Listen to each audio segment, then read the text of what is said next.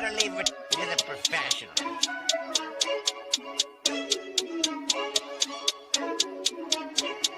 Blessed by Gandhi, blah, blah, blah.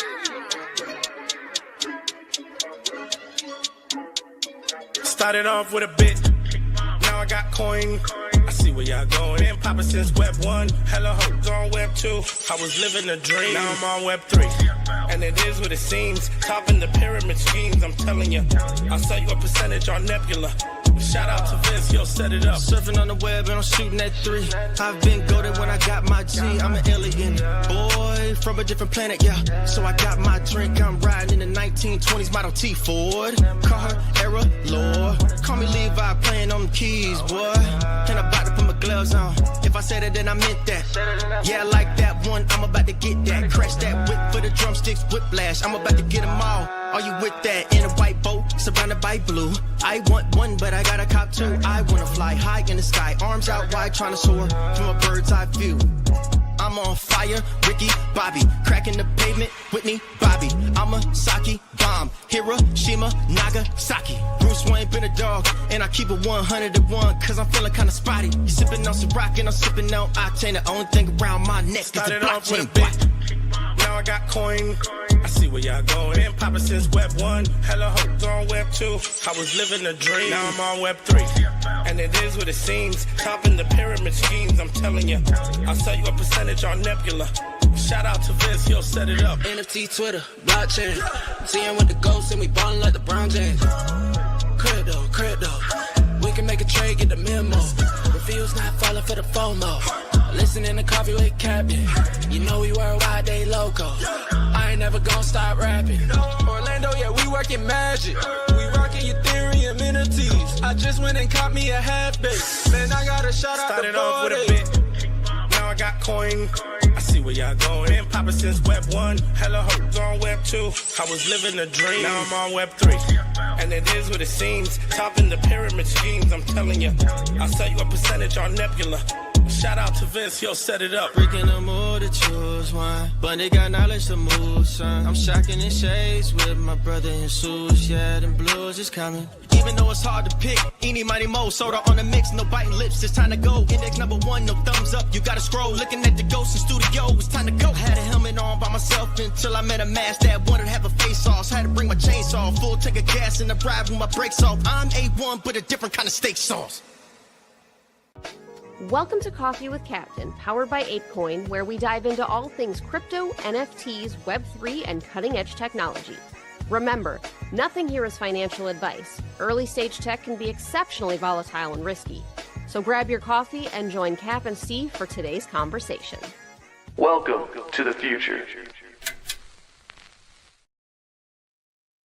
Welcome to Coffee with the Captain, GM. Thanks so much for joining us. If you haven't already done so, do us a favor, drop us a GM in the chat down below. Then head up top, smash that like, repost, and bookmark on today's space. We greatly appreciate it. Warms up the algo, lets everyone know we're here. We also have the multiple chats fired up. We've got the X videos chat fired up. That's live here, also pinned up top along with the abstract chat. And we are live over on YouTube as well. Shout out to RDL and our guy Hizzy over there. Appreciate all the love in the YouTube streets. I've got a stream mobile drop live now, and I will link that up top in a second. I just remembered that they also have, it's giving me an error, so we'll refresh it and try it again.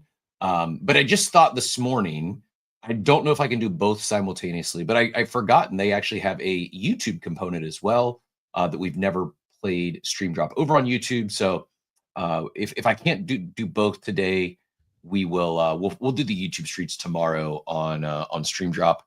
But that mobile link is in the chat, and I'll pin it up top here in a second. As always, I'm Cap Joe, my co-host Steve. Never any financial advice in the show. Crypto is risky, NFTs are risky, meme coins exceptionally risky. Go to zero at a moment's notice. Know that Steve and I hold tokens we talk about from time to time here on the show, so please don't follow us in any trades. Know that we are not financial advisors. Just join us for some fun, some information, some education along the way. Apparently, I was just reminded, I guess, by our friends across the pond that it's American Liberation Day, whatever that means. I will probably catch the recap tomorrow because I get my news from Modern Market. Steve, GM, sir, how you doing? Yeah, GM. We're going to find out what's going on with some tariff stuff today, which Everybody's reacting too much on both sides, so that's not a surprise. Mesh. I'm actually going to start off before I even GM. Mesh. Question before the show starts. Does anyone know how to withdraw or bridge funds off Abstract? Can't find out how. Relay.link. RELAY.LINK. If you have any questions, send me a DM and I will make sure I'll get you the right one. But it's RELAY.LINK. It's actually what Beezie uses, who we had on yesterday. And if you go to relay.link, you can simply choose Abstract on the top. Choose the next thing. In fact, I'm just because I don't have a tremendous amount of funds anywhere. I'm actually going to show on the screen. We're going to start off in the cold open with a demonstration for Mesh just to make sure. So if you go to relay.link, I'm showing you right now. It's relay.link. You just click on Abstract here. Click on whatever you want this to be on ETH, USDC, etc., and then you click on whatever chain you want it to go to. So that's going to be your answer. We're doing live troubleshooting here today because I know it's hard to get on and off. I made a video about how to bridge Pengu on the chain, but did not, talk about off-ramping because at the moment, with how much Gigaverse I play, I am pretty much just loading money on there. But yeah, let me know if you have trouble with that. GM Diego, appreciate all the love you've been giving us. We should probably pin some of those at the top on the Beezie clip. GM Machiavelli, and look at the video chat, man. Osaka GM, Machiavelli GM. Double Machiavelli, GM, RDL, GM, double RDL, GM, Hizzy, Von Frunten, GM, double Von Frunten, GM. So appreciate everyone out there. Give us a like, retweet on the room. Before I go to the X chat, Cap looks pensive, so I want him to get his take off. It looks like you got a take. I was just going to say we should do one of our next claw draws. We should pull from the YouTube chat. One of our next Coffee with Captains. We should go YouTube. Next one, 100%. We're going to pull someone from YouTube, so you're going to want to be over there when we do that. Diego, going to try to clip a little bit of content today. Appreciate that. You can clip it right in Abstract, and you actually get paid for it in some way, shape, or form. I know. Also, Machiavelli, Bordo Saka, Triple GM. I see them over in the X chat as well. Dobbins, Dwayne, Dort, Chief, Mel, always 1 in a million. Diego hitting multiple GMs all over the place. Screenwriter Dave, Aspiring Nobody, General Wags, parachuting in for the win. Drew, Alpha Minor, Ark Invest, Joey Valles, Maria, all of our good friends, Odeka, Brick It All, Beanie McFly, Green Edge is here every single day. Appreciate that. Love y'all showing up. Boo and GRYZ GM. Yeah, Cap. I am. It's funny. I had some cold open topic that has completely left me because I was thank you, Mesh. Perfect. Cheers, Steve. You're promoted to Abstract Head of Customer Service. I had some sort of cold open material. I guess like this would be a good cold open as any. It's sort of semi-related to the show. We have Serpent coming on tomorrow. Relatively unexpected. Kind of funny how things happen sometimes. I had somebody who jumped in my replies to a, I don't know, like 3-day-old tweet about maybe a day-old tweet. I don't know. But it was the one I put out a video related to what you, myself, and Carlita were talking about with Ethos. We were having some spirited discussion around it. And no hate, building a product is hard. But the person, responded a couple of things. And there was actually a solid misinterpretation where the person said, like, I don't get what everyone's so upset about. And I'll actually pull it up just because I think it's like worth, showing how serendipity sometimes happens. We got, like I said, just turns into Serpent coming on the show. Serpent, the founder of Ethos, who we've had on the show before. They've been getting a lot of FUD going on lately, but they gave me a thoughtful response. And one of the parts I said was, I disagree with the premise of I don't get why people complain because it ignores the most critical part of any product user experience. In any leadership or product role I've had, saying you're wrong, quit overreacting to emotional employees or customers is not the correct way to move forward. And Serpent thought, Serpent's been catching strays all over the place and said, are you saying that the team is saying that? And my answer was no. I was responding to that person, but Serpent basically chimed in and we said, hey, Emlo suggested they come on the show. Long story short, tomorrow, 8:45, we'll talk about all the Ethos updates, figure out what that's about. But definitely a hard one for sure, I think, for them to swallow. And to be fair, Cap, I don't know. I mean, we can get into it. We talked about why people were upset with their reputation dropping. I did think the overreaction on the timeline was a little heavy. Like, a lot of people just being like, I quit, that's it, you nerfed my score. And the communication was bad, but like, I think the mass exodus, like people over-calibrated a little bit on the ethos stuff. Just my take. Yeah, no, I agree. It's very hard what they're building. It's insanely hard to get it right, and I appreciate them iterating and taking shots. And maybe they don't get it right. Maybe it doesn't stick, but there's something there. Someone's going to nail it. It's just too. It's increasingly important with the proliferation of AI. Like it just. I can't even believe I'm saying this name, but he said it yesterday in that thread that. And I was gonna ask if you thought he was gonna solve it. Mr. Kevin Rose is coming out with some sort of reputation or talking about how important it is too. I assumed it was an April Fool's joke when I didn't even read the K-Row post. I just assumed it. He was talking about reputation, so I assumed it was an April Fool's joke. Legitimate question about K-Row. This came up in the war room. If he came out with a project tomorrow, do you think it would still sell out? And if so, what do you think the threshold limit is? Because I think Riggs was guessing like 0.1, 0.2. It might say he thinks it would sell out, and I was like, just say April Fool's, Riggs. He's like, I wish I was. Do you think K-Row could sell out a project tomorrow? I don't think he'd do an NFT drop. I think he'd do a pre-sale. And yeah, I mean, look at. I don't know if you try to bait me and get me in trouble here, but look at Project 2. Look, I mean, $250,000 already, and it is not affiliated with Doodles. It's the former. It is the founders, the inactive founders. This is all I'm taking on the timeline. There's no affiliation with DreamNet. Very similar look and feel, and it's to say, send us money. I think if he ever comes back to the space, that's how he would do it. And don't send him any money. Make it like the Gutter Cat Gang pre-sale, not like Project 2. I would initially I was planning on sending a little bit, I don't know, maybe up to 0.1 to the pre-sale. I'm not supporting it. I'm putting my foot down, realizing that in the short term, it probably 2x's, probably pumps a little bit. To me, it's not worth the risk for a 2 or 3x because it will go to zero. It looks maybe. You can tell I'm really attempting to choose my words carefully. I'm just going to say it, Steve. I'm not going to filter myself. I think if it's what I think it might be, and again, this is all information I've taken off the timeline, it might be the most inappropriate grift we've ever seen yet in Web3. Wow. That is a... Ben.eth did exist. So maybe hyperbole there just a little bit. Straight crime. This is, I think, is an actual grift. I think there's a difference between straight crime, I'm stealing people's money, and we're going to take it like, and I brought this up because I think K-Row's is similar. Like Ben.eth there was nothing that he had done to like, there was just, that was always going to go to zero. There was no hope there. K-Row's built some stuff in the past. Granted, it's all went to zero, and I believe anything he would do again would go to zero. I just think that there's these individuals with influence, clout, whatever you want to call it.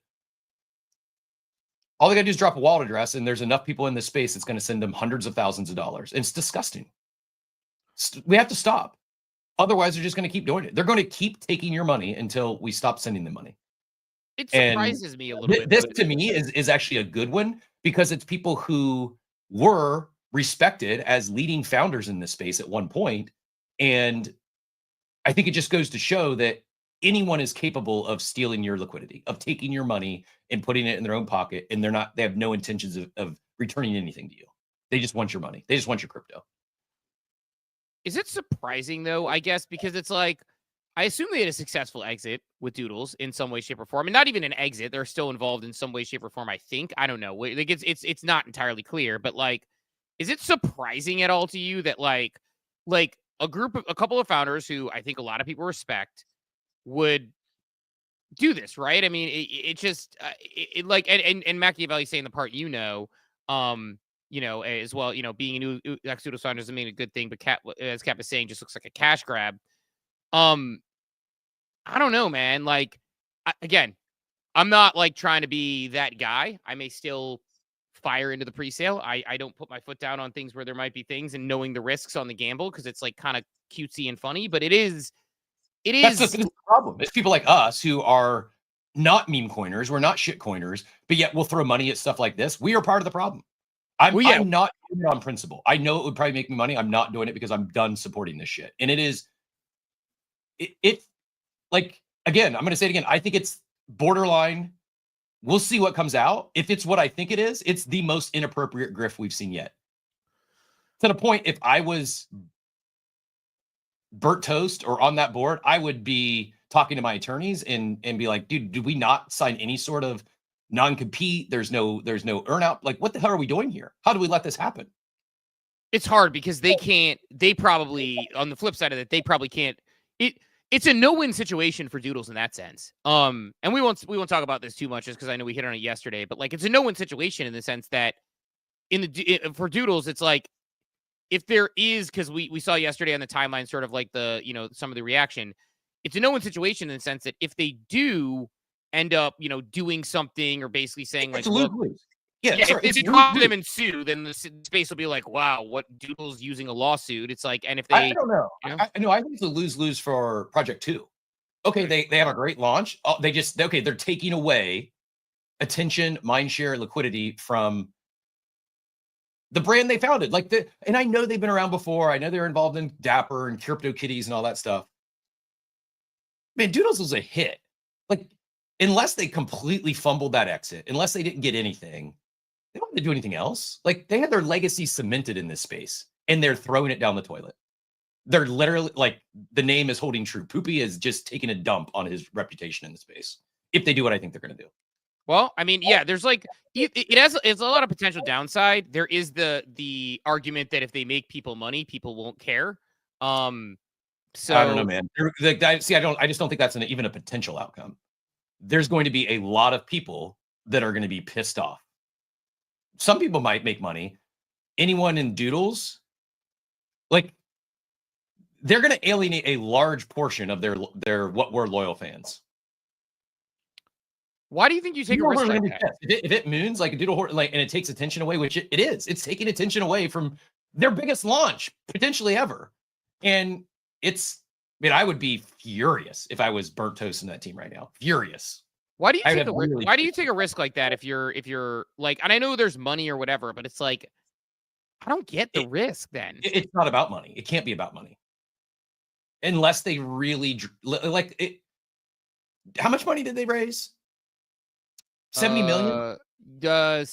Between 60 and somewhere between 55 and 75 at a 700. Do we ever do the math on like on-chain revenue, like what they brought in on mints and secondary royalty? I know half that went to the Doodle Bank, I think.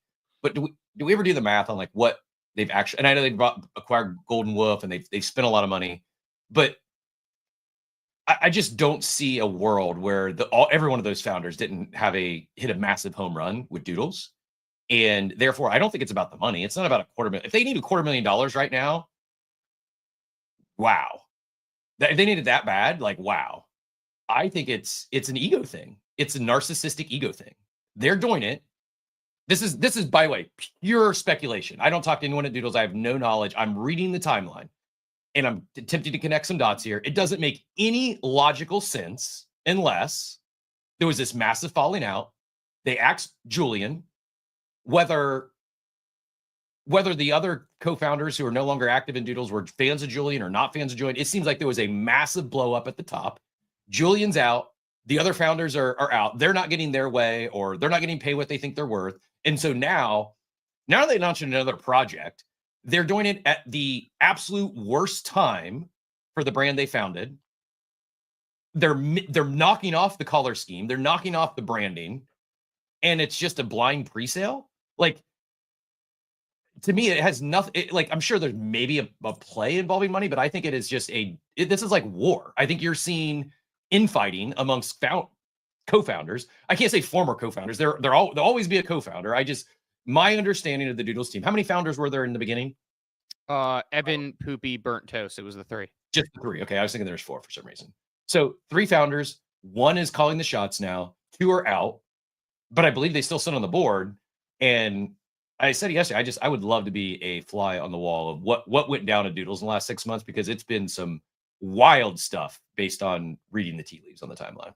Yeah, no, I don't know. I don't know what their current involvement is. I don't know if they have seats or what. I know that we had this could be it. We don't know the story behind the scenes.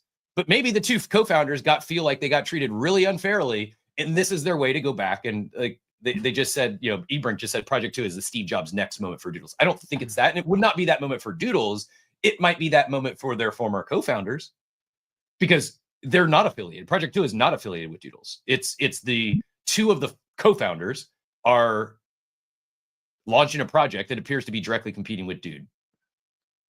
Well, the extent in which their involvement, I mean, I remember at one point, like when this all went down, they mentioned that like, you know, oh, like Jordan's been involved, like, you know, as far as as far as a product perspective. So that's why it surprises me because I thought like, I think the quietness on the timeline is because of this. I'm purely speculating. I haven't talked to Austin. I've not talked to Burnt Toast. I think this is just my guess. I think the Doodles team is pissed right now. They're not exactly sure how to approach this, and I think that's why How would you approach it? How would you approach it if you're like because obviously like you're working on a limited data set. Like, how would you approach it? I'm a little wilder than you. I might just go fucking scorched earth on the timeline and tell everyone what's going on, and let them make their own decisions. Interesting. But I also wouldn't screw over a couple of co-founders. So like if they we just don't have enough information to really to give you a proper answer. But I don't think I would be quiet if it's war, like I think it's war, I wouldn't be cowering down and being quiet. I would the proverbial gloves would be off. Like you're not going to back in the corner. You can try and you might win, but I'm going to go down swinging. Yeah, it's fascinating. It's to be a fly on the wall for whatever is going down as far as like those guys like and what what's happening with them. But yeah, no, it's fascinating and it's a I don't know. I mean it's weird. Like I like those guys. You asked me a question about K-Row and you got the hard pivot into like that's how bad this is if it's what I think it is, and if it went down how I think it might have went down, all of a sudden, two of those Doodle co-founders, they just get grouped in with K-Row to me. That's how bad I think this is, Steve. Oh wow. Well, we'll see how it runs. I mean, it's some heavy thoughts I think coming in from people. We got Riggs and Joey up here. I'm gonna go to a wild Riggs first. Riggs, GM. Oh, now I feel bad. What? Over Joe. I was trying to give Riggs some walk-up music. I did a poor intro there. Yeah. Riggs. Tell you that was like some jazz, like dancing music. You need some heavy hitting, like rage. I hit the first button I could find. We got a wild Riggs on the street though. GM, always a pleasure. Yeah, and I'm actually in Starbucks, so it's a little loud. It's perfect. It's very fitting for the call-in radio show this morning. Absolutely. So here's the thing. I'm on your side, Cap. If this has zero to do with it, not only are they launching it at the same time, they kind of used, in essence, an incredibly similar branding of color schemes, the wild stuff that they're using in DreamNet. And so I'm not going to sit back. I don't believe the best offense is a good defense. Like, I think you go on the offensive, you get out there, you say exactly what's up, you call them out. So I was never in Doodles pre-Julian era. I wasn't a huge, like, Doodles guy originally. Julian really is what brought me into the Doodles. I got to tell you, I don't know anything that these two co-founders did really other than sell out, run up in a bull run, and then hand it over because they couldn't lead a company. So now they're coming out at the same time as this. And again, that's my perception. I just want to be clear. That's not me saying that. I don't know what they actually accomplished. I'm sure they've done a lot of good things. But the reality, that's how I feel as a holder now, and like want to be like, well, fuck you. Let's get on the offense, the offensive, and let's go at these guys because this is kind of garbage. And quite honestly, it's going to pull liquidity. It's going to fraction some of the community, and I think this is a pretty big negative for them right now. And if they don't get on top of it, it's going to feel like they're getting railroaded to people from their past founders. I actually have a different take on that. I think this could actually play out if they handle it correctly. I think this could be the surge that Doodles needs. I kid you not. This whole time I've been saying I'm going to sell my Doodle before the Dude drop. This changes my opinion. Like war times are profitable. War times can be very fruitful. when we're talking crypto war. We're not talking human lives getting killed there. Like, this could be the fire that is lit under that Doodles team that just, like I said, if I'm in their shoes, man, I'm coming out MFing on the timeline and we're going to have some fun. But I agree. I do not think it's time to just be like, this is, again, I reiterate, it's all speculation. We don't know anything other than what we've seen on the timeline. Why I think it is arguably one of the worst grifts is because of the timing, as Riggs said, and there was no clarification. The first, multiple people's first instinct, first response on the timeline was it was going to be the first project to drop on DreamNet. Like they were affiliated. That's how close they looked, and the timing. It's just like that probably was with intent. And this team also, I mean, again, the Doodles team, one of the things they do really well is we saw it during the past couple of years. Like, yes, I know Julian's not there anymore, but the timing of announcements, like, that's not just all him. That's their comms team. That's their PR people. That's their product team. Like, they would always, they would involve the community. So it does feel like they would do a lot of coordinated stuff in that way. So yeah, like a lot of people thought that was like sort of the teaser fun. And that was like getting the gang back together. Von Frenton says we're all around. All right, let's hit Joey and then probably keep moving on this particular one. Joey, go ahead, GM.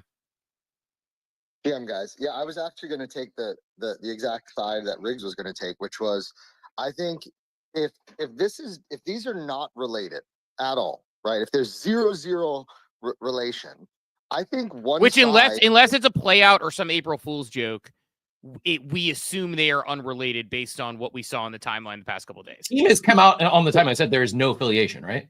Maybe that's not the exact word, but someone said, is this going to be on DreamNet? And a team member said no, right? Got it. Is that correct? I think that was like the confirmation, but like 99% sure. Go ahead, Joey. Yeah. So the point is like what Riggs was saying, which is if that's the case, which means this is extremely like predatory, right? Like they're clearly, more Poopy and what's his name are clearly more concerned with their own project too, right? Than the success of, well, it appears they're more concerned with the success of Project 2 versus the success of Dude and DreamNet based on the timing of it all. Somebody really needs to just come out and draw a line in the sand and say, like, this is why we're doing this instead of promoting, working with, etc.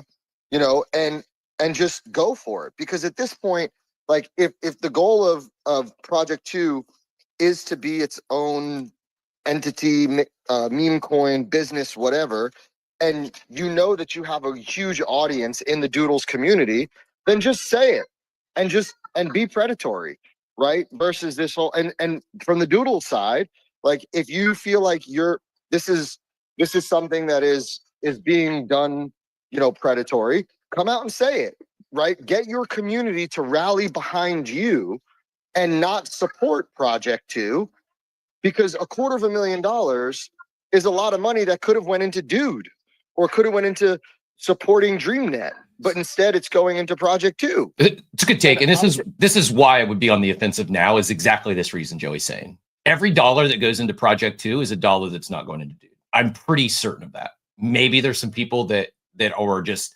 huge fans of Evan and Poopy and they didn't like Doodles. I just don't think that Venn diagram crosses too much. Yeah, it's just a matter of like, right? Like if you're Doodles, you got to be looking at this at like I would imagine if somebody was able on Dune to pull up how many wallets sent, and now it's hard on the blockchain because people have multiple wallets and blah, blah, blah, blah, blah. But if you were able to pull up how many wallets that sent money to Project 2 hold a Doodle or a duplicator or whatever, I would wager that number's pretty high, which means they are being predatory on your community. So I mean, I think it's at some point someone needs to say something and defend themselves. And I'm taking Cap's stance too after what Cap said after yesterday. Like I do not support this stuff, and I'm not going to send anything. I don't care. You guys could all 100x and whatever, but I don't like this behavior, so I'm not going to send anything either, Cap. Wonder if there's a It way doesn't- for. Oh, go ahead. I just say, Machiavelli said they released a white paper docs for Project 2. I just checked the timeline. It looks like they dropped they're calling it a field guide. They dropped it in their Telegram. I've not seen it yet. I will. This is- I'll be curious to see a couple things. One, I guess like the things that we don't know, and that's the information we're missing is like how involved are they? Like, you know, I think at one point, like again, when we had them on the show, I think at one point it was oh, you know, like we still talk to them regularly, and that was sort of like even when sort of Poopy was quieter on the timeline after it seemed like he was stepping away, they mentioned they still talk with him regularly. At the same time, who knows? Maybe they didn't get a good equity deal. Maybe they're not involved as much as we thought. And they're like, hey, we're trying to raise money and do our own thing again. Because I did hear the take on Modern Market, like, you know, founders, you know, being allowed to start new stuff. But I don't know. It's just, yeah. So I don't know. It's a mess. Still listed on the org? Like, are they still listed on the org chart? Like, what's the... I don't know. I think that's the problem is like we don't know what we don't know to a degree. Outside of like I would assume they hold. I mean, say yesterday, I would assume they hold equity. Beyond that assumption and what the teams told us, like what do we know? So it's like we don't know what that fighting looks like in or outside of it. Like I don't know. So if they're not on the org chart anymore, but they just hold equity, then yeah, they should go out and do whatever they want. No. I don't think any issue with founders doing new ventures. That's fine. Let me just be very clear. That's perfectly fine. It is not perfectly fine. Like timing's important. How you do it is important. To launch a brand with like that seems that the first thought is, oh, this must be the first launch on DreamNet because of the color scheme, because of how they're launching, because it's extremely cryptic and it's a blind pre-sale during the biggest moment of like the biggest launch that Doodles has had thus far. Like that's a direct shot. Like that's not, it'd be like, I used to be a Verizon dealer.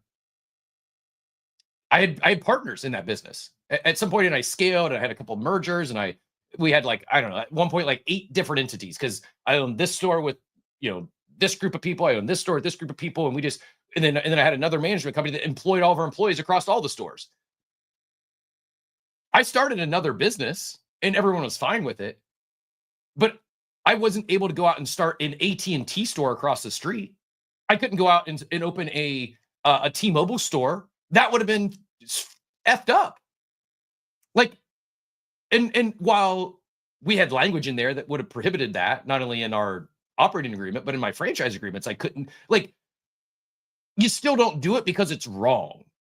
Like, it's one thing if you have a separation, you go your separate ways, and you're like, okay, I'm going to sign this non-compete. I'm not going to compete with you for a year or 2, but then gloves are off. Maybe that's how this played out. It does not seem that way. I'm making a lot of assumptions here because we don't have all the information. We have like maybe 1% of the information that's available to this. So we're making a lot of assumptions, a lot of guesses. So I just want to be very clear. I have no issues with founders starting a second, a third, a fourth, a fifth venture. Very normal. Most entrepreneurs are not going to be done after one. You don't go back and compete with what got you there. You don't go back and take cryptic shots at the brand that got you there. Like, I don't care if you have a falling out with. I had a falling out with some co-founders. I still respect them. I didn't go directly compete with them because it's not the right thing to do. I don't know. I think that yes, you're right. They can go do their own thing. How they're going about this is very wrong, in my opinion, from what we know. Yeah, it just makes you wonder, like, I mean, you talked about like the Julian thing and what's going on. It's like, were they close with him in that sense? Who knows? But either way, yeah, or like Julian's their CEO. Scooby-Doo mask. Scooby-Doo mask. Project 2 gets taken off Scooby-Doo mask, and it's Julian. That would be probably unexpected, but we need some like Riggs to have coffee with him and get us some alpha. Yeah, we definitely need to get a little more details, but we'll see how it plays out. I'm curious, like, you know, I still am curious to see how it all goes down because it is a wild situation. I don't know that we've seen anything quite like this in the space before. So at least for my money, that makes it really interesting to continue to follow. But as we continue to follow other stories, Cap. Before we move on to dudes, though, we have to give a shout out to two special dudes. Dunk Cookie picked up a fire Skelly, and our guy Doomers picked up a fire Coffee Dude last night. So Jack picked up a Coffee Dude too. Jack GK, like showing off a Coffee Dude in my replies to something. So yeah, I mean, a lot of people. I mean, look, collectors collect, and it's cool seeing, like, you know, shout out to Doomers for like, you know, really being into it and being like, look, I wanted a Coffee Dude, I got a Coffee Dude, or I wanted, yeah, I mean, you know, dunked with that Skelly. I like people buying rares. I'm bullish on people buying rares, like, especially right now in this particular market at this particular time. I think it's cool to see people playing around and buying some rares and Doodles. It for my money. Okay, so like, how about this? How about we make a positive point in this discussion? Doodles might have the best. Go ahead. Just real quick on the rares thing. Can we reconfigure? Can we recalibrate KPIs in this space? You mean away from floor price? We need to stop looking at floor price. It's not even giving half the story right now. Like, I just pinned up top Whale's chart on CryptoPunks and Apes, and yeah, the floor price is going like this, but that's only a very small portion of the story. You can't get a nice CryptoPunk on the floor. Not one you're going to vault, not one you're going to collect. We saw yesterday a collector paid extreme premium for two punks that looked similar. Collectors are collecting. This is a really big deal, and no one's talking about it nearly enough, Steve. Yeah, like, I was huge. Like, this is like, you're telling me, like, okay, they paid, what is it? I can't even do the math.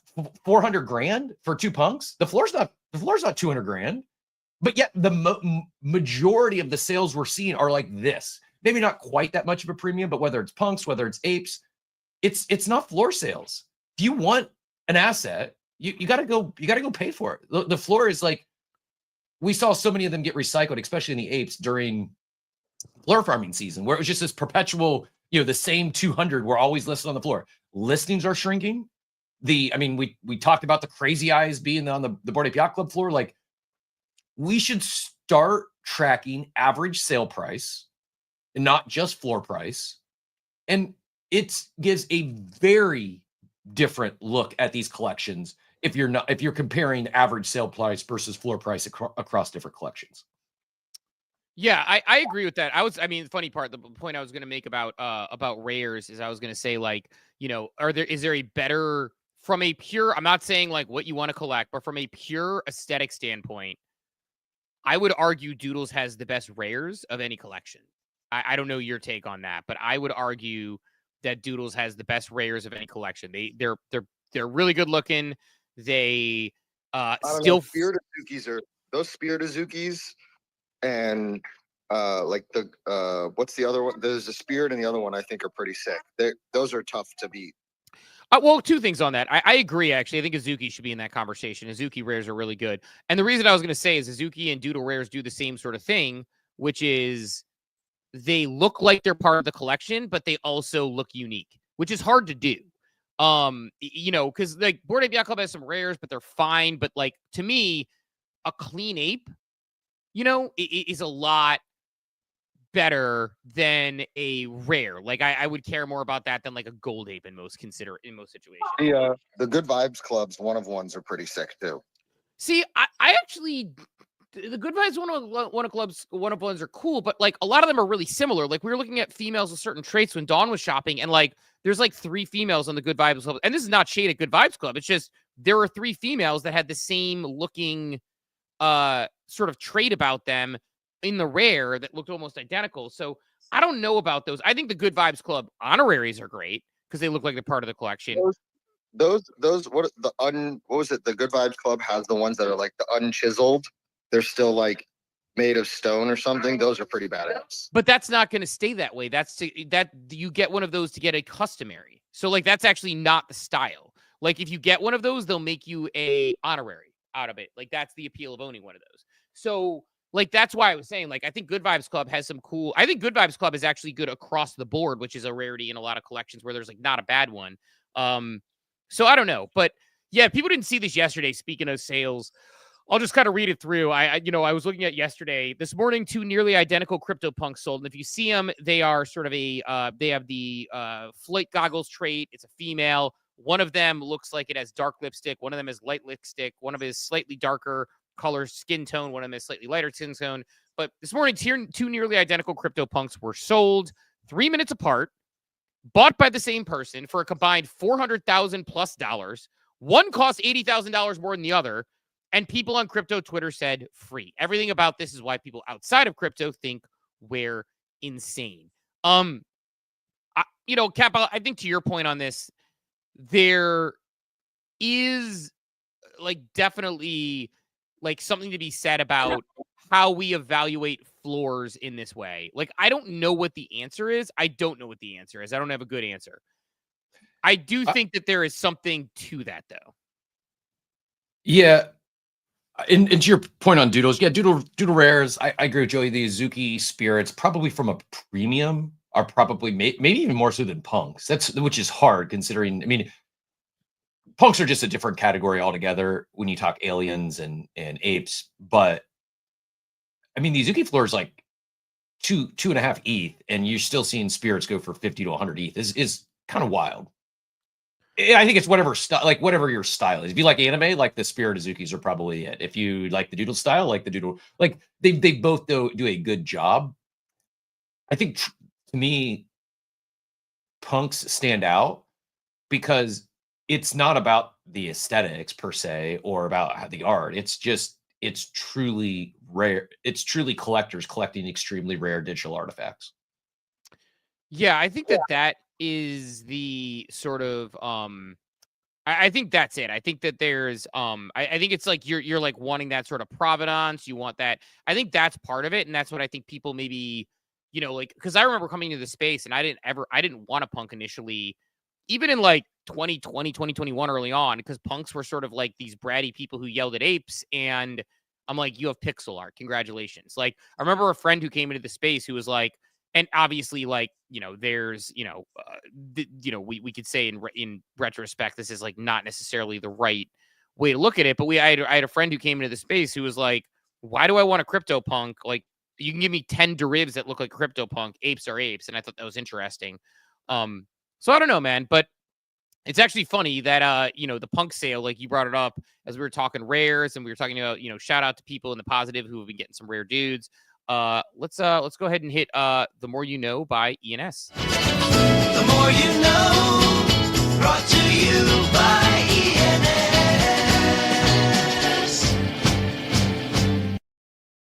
It's time for The More You Know, brought to you by our friends at ENS. And CryptoPunks are some of the most iconic NFTs in the Web3 space. They fetch some jaw-dropping prices. The biggest sale to date was CryptoPunk 5822, a rare alien punk which sold for a staggering $23.7 million. That was 8,000 ETH in February of 2022. The sale set a record for the highest CryptoPunk purchase ever, highlighting continued demand for the digital art. Next up was CryptoPunk 7523, also an alien punk known as COVID Alien for its unique mass trade. It sold for 11.8 million in Sotheby's in June 2021. The Sotheby's days, I miss those. Then there's CryptoPunk 4156, a rare ape punk which sold for $10 million plus $10.26 million in December 2021. A buyer, an anonymous collector, saw it as a statement piece within the NFT space. CryptoPunks continue to be culturally relevant, looking as icons and investment pieces within the NFT space, setting records and drawing attention from collectors worldwide.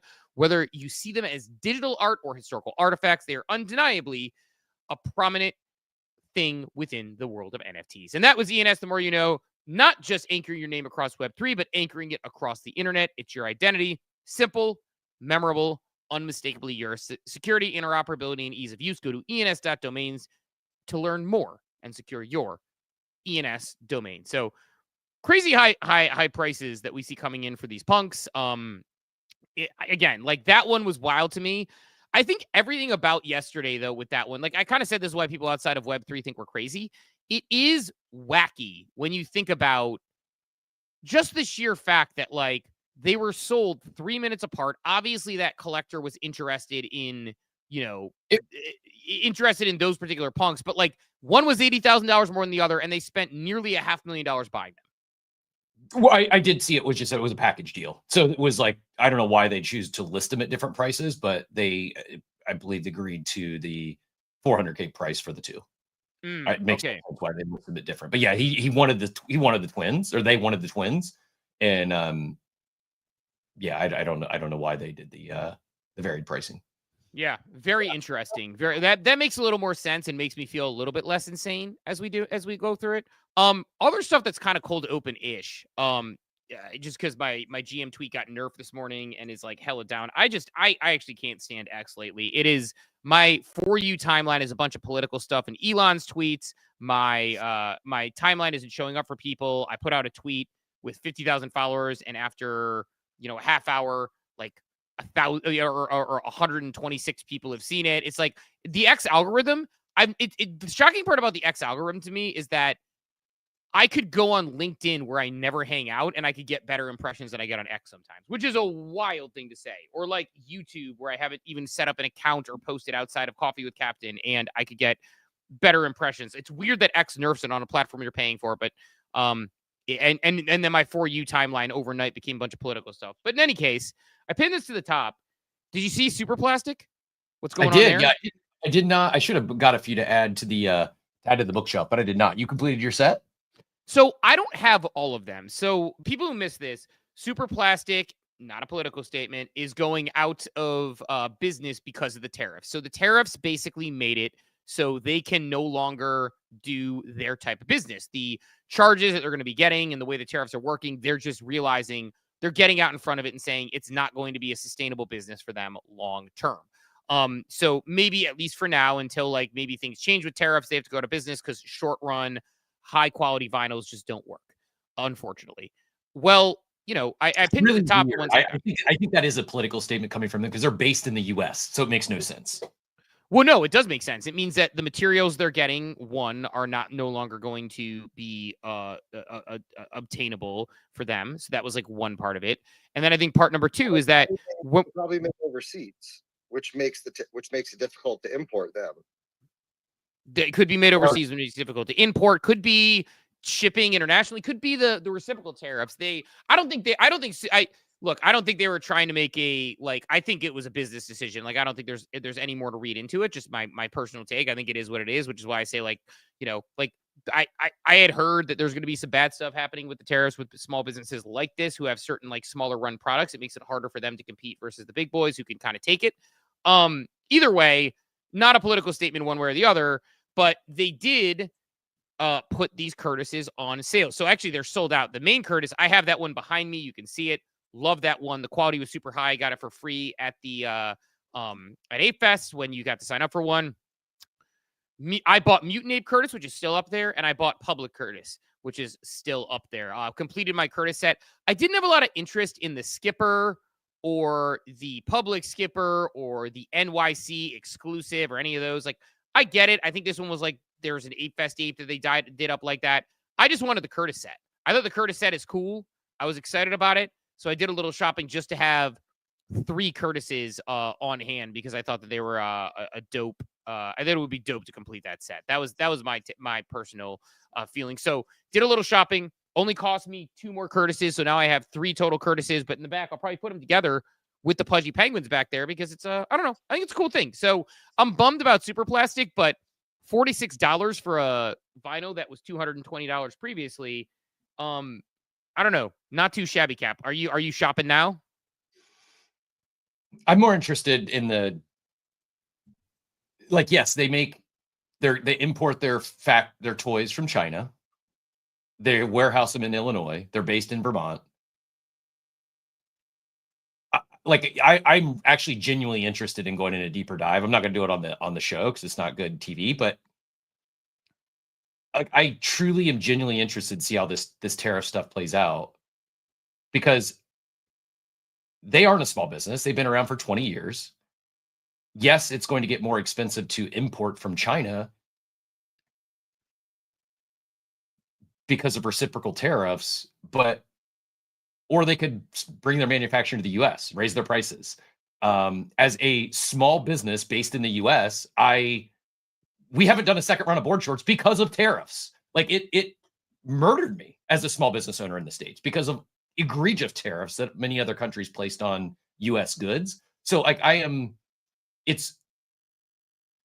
understand where they're coming from, but I don't know as like it seems preemptive. Like it's like, oh, we may come back if things.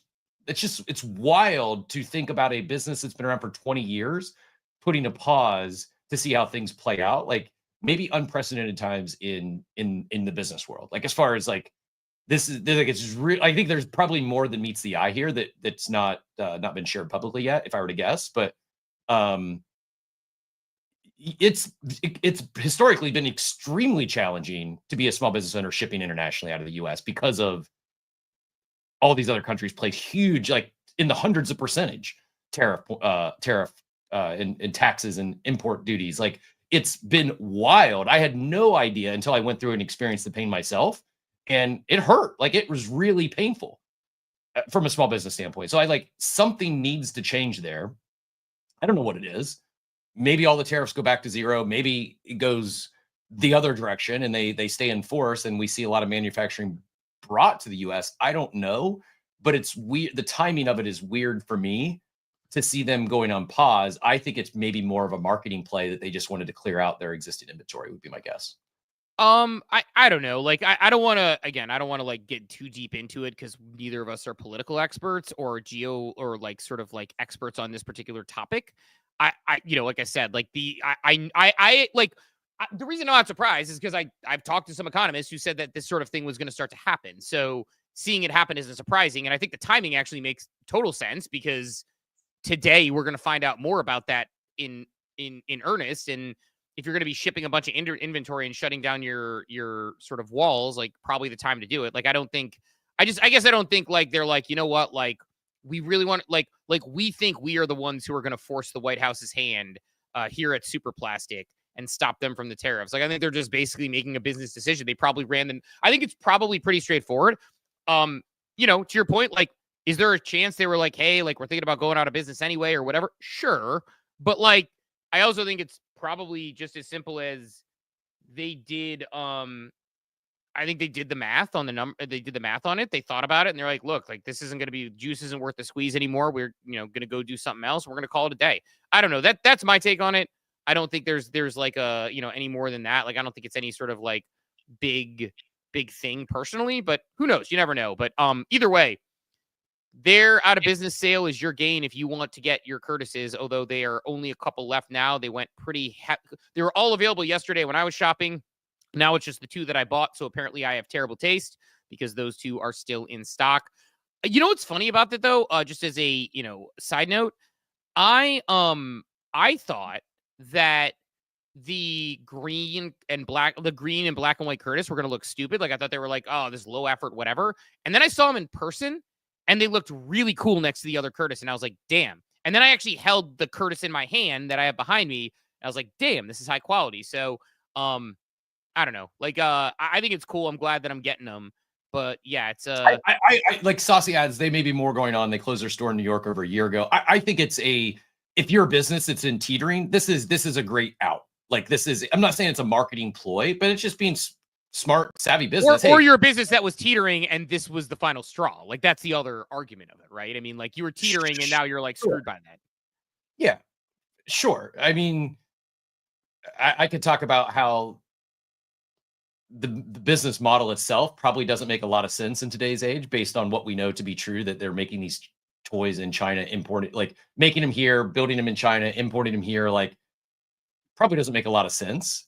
But, and at the end of the day, the end user is paying that premium based on how they're, moving goods around. But yeah, I think this is like, if you're a business that's importing goods, now's a good time to have a liberation going out of business sale. It's like, I also maybe am a little jaded that I live in Florida where we have, I don't know, I in my small town of like maybe 30,000 people, there's 147 mattress shops that go out of business every other month and then reopen as a different mattress shop brand. Like that tactic of, oh, we're going out of business, take our, like this stuff's on sale. Like they're probably still selling it above cost.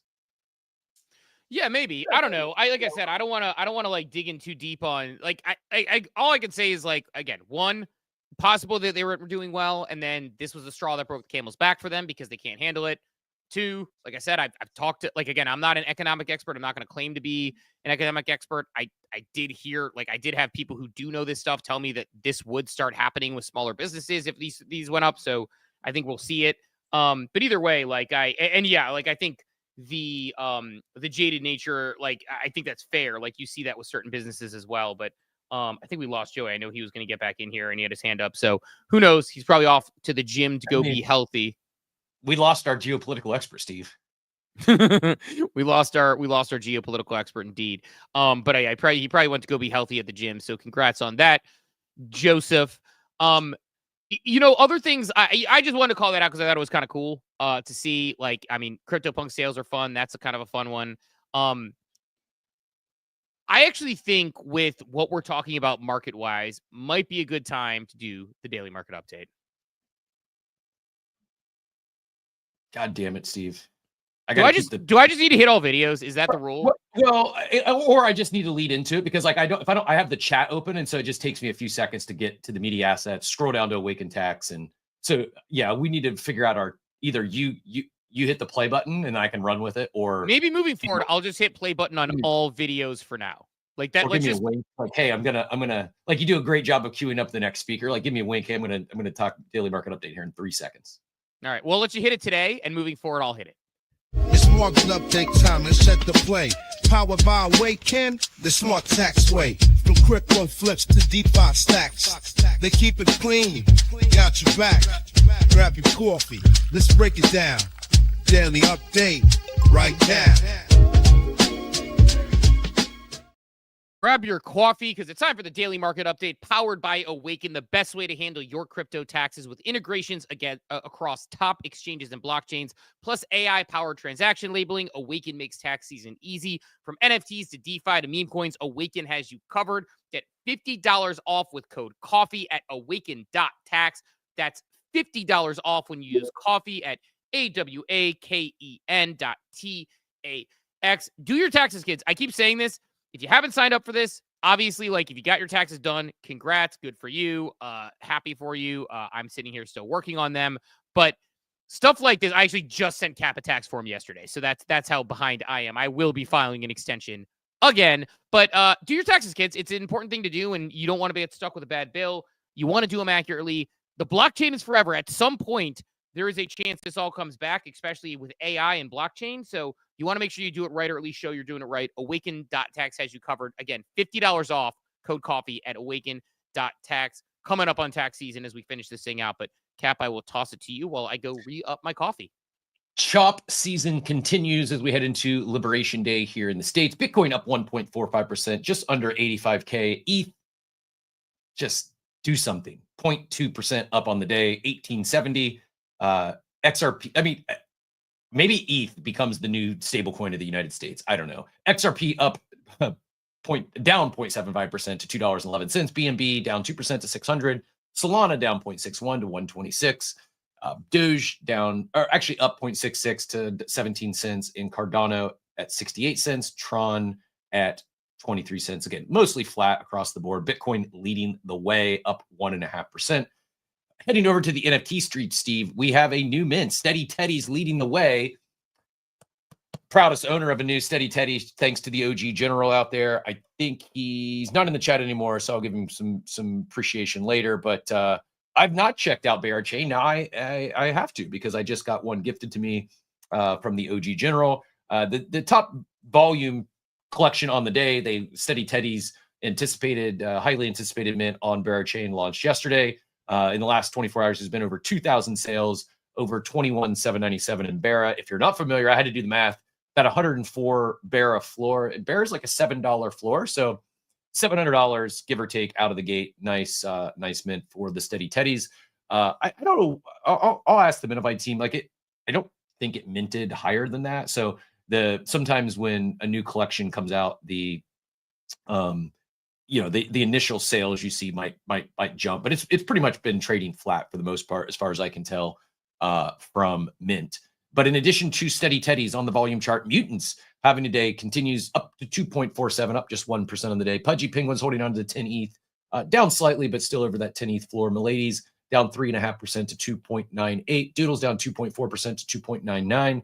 Bored Apes continue holding that 15 ETH floor. And as we mentioned, while it's flat, several rare aesthetic sales, several above floor sales taking place in both the Punk and the Ape collection. I still have yet to check out this Morph Black. It continues to do volume though, and holding on to that 1 ETH floor. If anyone is in there, has any knowledge on Morph Black, let me know. Usually these, mints of the day come and go, but it's been hanging on to the chart enough now. I should probably do the deeper dive. Good Vibes Club down on the day 7.5% to 20.28 ETH, and Little Pudgy's down 4.77% to 1.18. That's our daily market update brought to you by Awaken Tax. Go to awaken.tax, use code coffee, get $50 off, get free Solana transactions, and more over at awaken.tax. Steve, anything jumping out to you? Have you checked out ApeChain at all, or do you have any knowledge of what this Morph Black is? I do not. I have not checked out ApeChain. I should check out ApeChain because everybody, all the cool kids are talking about it. So I should be a little bit more into it. It seems like it's doing quite well, though, from what I can see, especially on the NFT side of it. I was just more distracted by the fact that I may be swinging us we may hear more from the people themselves. I'm working on potentially, actually, I was figuring they're going to lay low, possibly going to get Doodles on the show to talk about this whole set of shenanigans that we're talking about today. Did my comments make it back and someone's got to come check me? I don't think I don't think they would come. I think they probably, I don't think they would be mad at the comments you made. I don't know how they're feeling about it, but I think it's, I think you were like the fact that you were very team Doodles. I encourage you to get out and not lay low. Is that maybe they said, yeah, maybe Chris is right here. Maybe we shouldn't just let this go over. Possibly. I guess we'll see, but I'm working on that. And although the worst move, we would never do this. The worst move would be like we invite like Evan and Poopy on, and we try to do a parent trap. We try to parent trap them into being friends again. Let's do it. This would be must see TV. I'm on Team Dude. I'm going to let it be known right now. I'm on Team Dude. I'm on Team Burnt Toast and the Doodles team. The war has begun. We started it here today, April 2nd on coffee. This is not a coffee. This is not an April Fool's joke. We're past that. Thank God the timeline was insufferable yesterday. So I'm glad we made it past that. I survived April 1st. And not a joke. We are creating the war amongst NFT founders. Here on Coffee, we'll have Burnt Toast and the former founders on next week doing the duel here on Coffee with Captain. No, we'll see. I definitely want to like we've been meaning to get them on to talk DreamNet anyway. So I think it's actually really good because it's sort of the thing where we can cover a very light version of this, then actually talk DreamNet, which would be really nice to hear for everybody because I know we want to talk about that. I'm going to be an old man for a second and rant, and I don't know if people agree with this. I am not an April Fool's guy. I never have been an April Fool's guy. It's so much worse, too. Well, I think because... Is it crypto Twitter? Is it CT? Is that why? It's social media. Because before social media, April Fool's was like, okay, somebody did something kind of funny, or you kind of like pranked your friend. No. The only people who did funny things on April Fool's people were actually the funny people. Like actual funny people would do a funny on April Fool's. Now it's like everyone thinks they're a fucking stand-up comedian. You're not funny. Stop it. Stop forcing it. I'm not really that funny. I've got like a zinger once a year, maybe. I don't try to force something funny on April Fool's joke or an April Fool's Day. So this is funny you say this because this is sort of my take is that I think, at least for me, I think for me, like April Fool's is funny if one, you are actually a comedian and you're funny. Great. That works. April Fool's can be funny. Or two, it's really believable, right? When Strahan acted like he got his teeth fixed and he didn't, like that was funny, right? He set it up beforehand and then it was an April Fool's joke. That was good. Or three, and this is one where you got to be careful. You have to do something borderline that you have to issue an apology for. Like if you do something so over the line that, and I wouldn't recommend this to a brand I worked with. I wouldn't recommend this to a brand that I'm consulting, but when a brand does something or a person does something so over the line that it's borderline, you have to issue an apology and then you drop April Fool's and everyone's like, okay, April Fool's, like you toe that line, you walk the edge.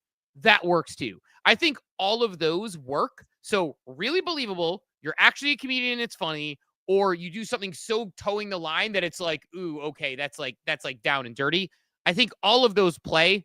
I think outside of that, I don't know. Like I don't think most of them play. So I am a April Fool's fun killer.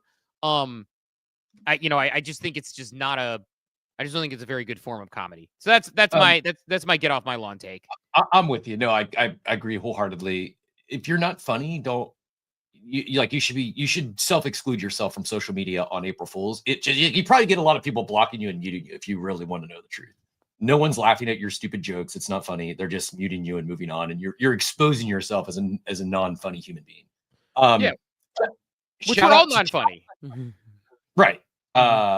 Shout out to Chaz in the chat. Steady Teddy's minute at 12 Barra. So nice, almost in clean, near 10x from the jump. Phoenix got that as well.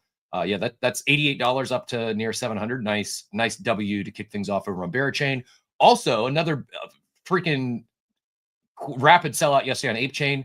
Fresh kicks. Did you see this one, Steve? It was 1,100 pieces, 1111 pieces actually. Only 2 per wallet, and it's still minted out in 28 seconds. I mean, I'm going to say it. People are saying it. I think ApeChain is becoming the home of NFT mint, Steve. ApeChain is like, what's going to be interesting to see is like, not just, so give me the details on fresh kicks if somebody can, because I missed this one. And I want to make sure I'm familiar with fresh kicks. I know the work they're doing, a lot of custom kicks. I missed the entire, I saw the pandemonium after the mint out yesterday, but I missed everything leading up to it. So if anyone is aware or familiar with the collection or the founder, let us know. I missed it. I just saw that there was a lot of excitement around the mint out. Pinstripe Gator, not funny folks use April Fools as an excuse to get away with not being funny. Yeah, I am curious to hear more about the fresh kicks mint, because that one, because here's the thing that I put out there, and we'll go to Joey and then we'll go to Agent here in a second. Okay, let's skip Joey if you don't mind, because I think Agents flew up to tell us about fresh kicks. So Joey, if you don't mind, we'll get Agents in here for the quick fresh kicks update. If that's let's do it. That's what Agents, are you come to give us the fresh kicks education? Yes.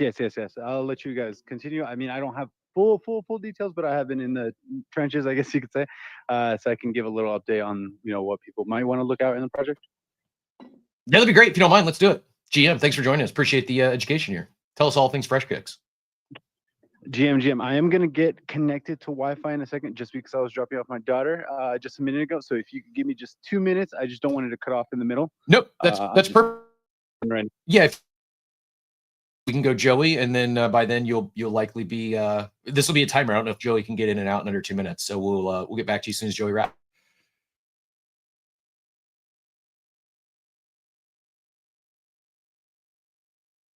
Like Poopy and Burnt Toast, and like you give them points based on their answers, and when they're talking too long, you mute them, and then we can decide who actually wins in the debate. I think that would be must-see TV.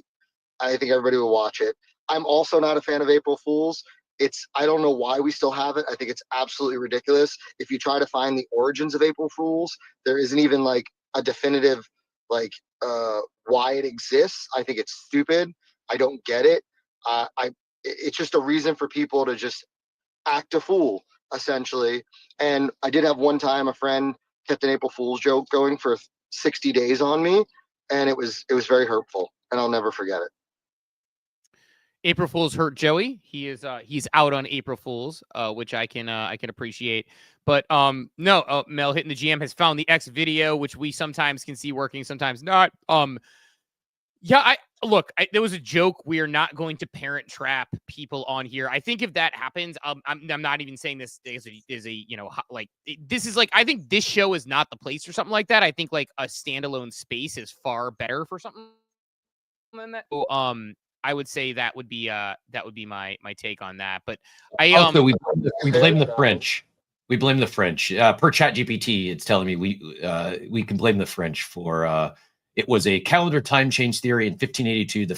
France adopted the Georgian calendar, shifting New Year's celebration to the end of March, around the spring equinox to January 1st. People who continued celebrating New Year's on April 1st were called April Fools and often mocked by others. Pranks like placing a paper fish on someone's back, symbolizing a gullible person, became common in France and are still practiced today. Aha, the old paper fish on your back trick. Everybody knows that one. Tale as old as time. Paper fish on your back. Who got Is that the original kick me posted on someone's back? Let he who hasn't put a paper fish on someone's back cast the first stone. That's what I say. So I don't know, but no, I just it's not my thing. Never been my thing. I am a fun sucker in that sense that this is not my jam. But no, I'm looking forward. I'm gonna see if I can get the team on the show because I actually want to talk DreamNet anyway. So I think it's like, hey, what do you guys feel about this? Is there any affiliation? Give us your take on it. Let's talk DreamNet because I do think they're building some cool shit with DreamNet. They're taking some big shots. And who knew that this might be the thing that gets Cap all the way back on Doodles is like an angry vampire. Can you vampire a vampire attack? Could they vampire attack back somehow? Like imagine that. Imagine if like the actual war was like, you know how like we talked about That's what I would do. Anyone who you can burn your you have to burn it, but anyone who burns actually no, because that would actually help. Yeah, that's the tricky part. You have to not like there has to be a thing where it's like because like it's like there's sort of if you look at this as sort of a vampire attack, like you know how we say like there's not as many hot wars, there's gonna be these like like more wars of like electrical grids and hacking and cyber wars. It's like instead of just like going on the timeline and ranting, you just quietly release some sort of a vampire attack on their shit, which would be kind of funny. But yeah, I don't know. We'll see. But do we have you back, Agent, yet? Are you good? Yeah, we're good. I'm just laughing a little because I've learned do not mess with space hosts. They're not strong if you come after them. And yeah, I mean, I've learned if there's one thing I learned today, I'm not gonna mess with Cap. I'm not gonna mess with Steve at all in the future. I'm not gonna try and spin up any projects similar. Much respect to what you do, by the way. I'm back. I'm sorry when you guys are. I was gonna say, Cap, I actually think what's funny about this is that it's like it shows like maybe I'm actually, even though I try to be all kind of, maybe I'm more evil because you suggest like just go out and start yelling about it. And I'm like, no. You get them behind the scenes and you hit them where it hurts. And I'm talking about like, so like our different styles. You're like, go punch him in the snot box. And I'm over here being like, no. You got to get him, in a more under the radar way. So maybe I'm actually more evil than I realized in this one, which isn't, I don't know what that says about me. So, but Steve won't drag you publicly, but if you go out there and you try to start cappuccino with Captain, I will come for your bloodline. I'll just find a way to like vampire attack your audience or something, or like something where it's like I don't know. I've got bad Cartman, Scott Tenorman vibes going on right now. I gotta get off it. But let's do this. Let's go and tell us a little bit about this. Black coffee with bark. Black coffee with bark. Yeah, that would go over well. I'm gonna leave that one on the cutting room floor for a couple reasons. Agent, go ahead and get in here. GM, tell us about it. GM. Yeah. Shout out to Freshest Kicks. They minted out in 28 seconds, which was great to see. I think Cap said it right. Starting to feel like, the catchphrase fits the chain, which is ApeChain is the home of NFTs. Feels more and more like that. And it's exciting to see because, there was a little bit of a pause, a little delay with the mint. I think it was originally supposed to be on March 26th, if I'm not mistaken, if I remember right. And it got pushed back once or maybe twice, I think, actually, if I'm looking back at it.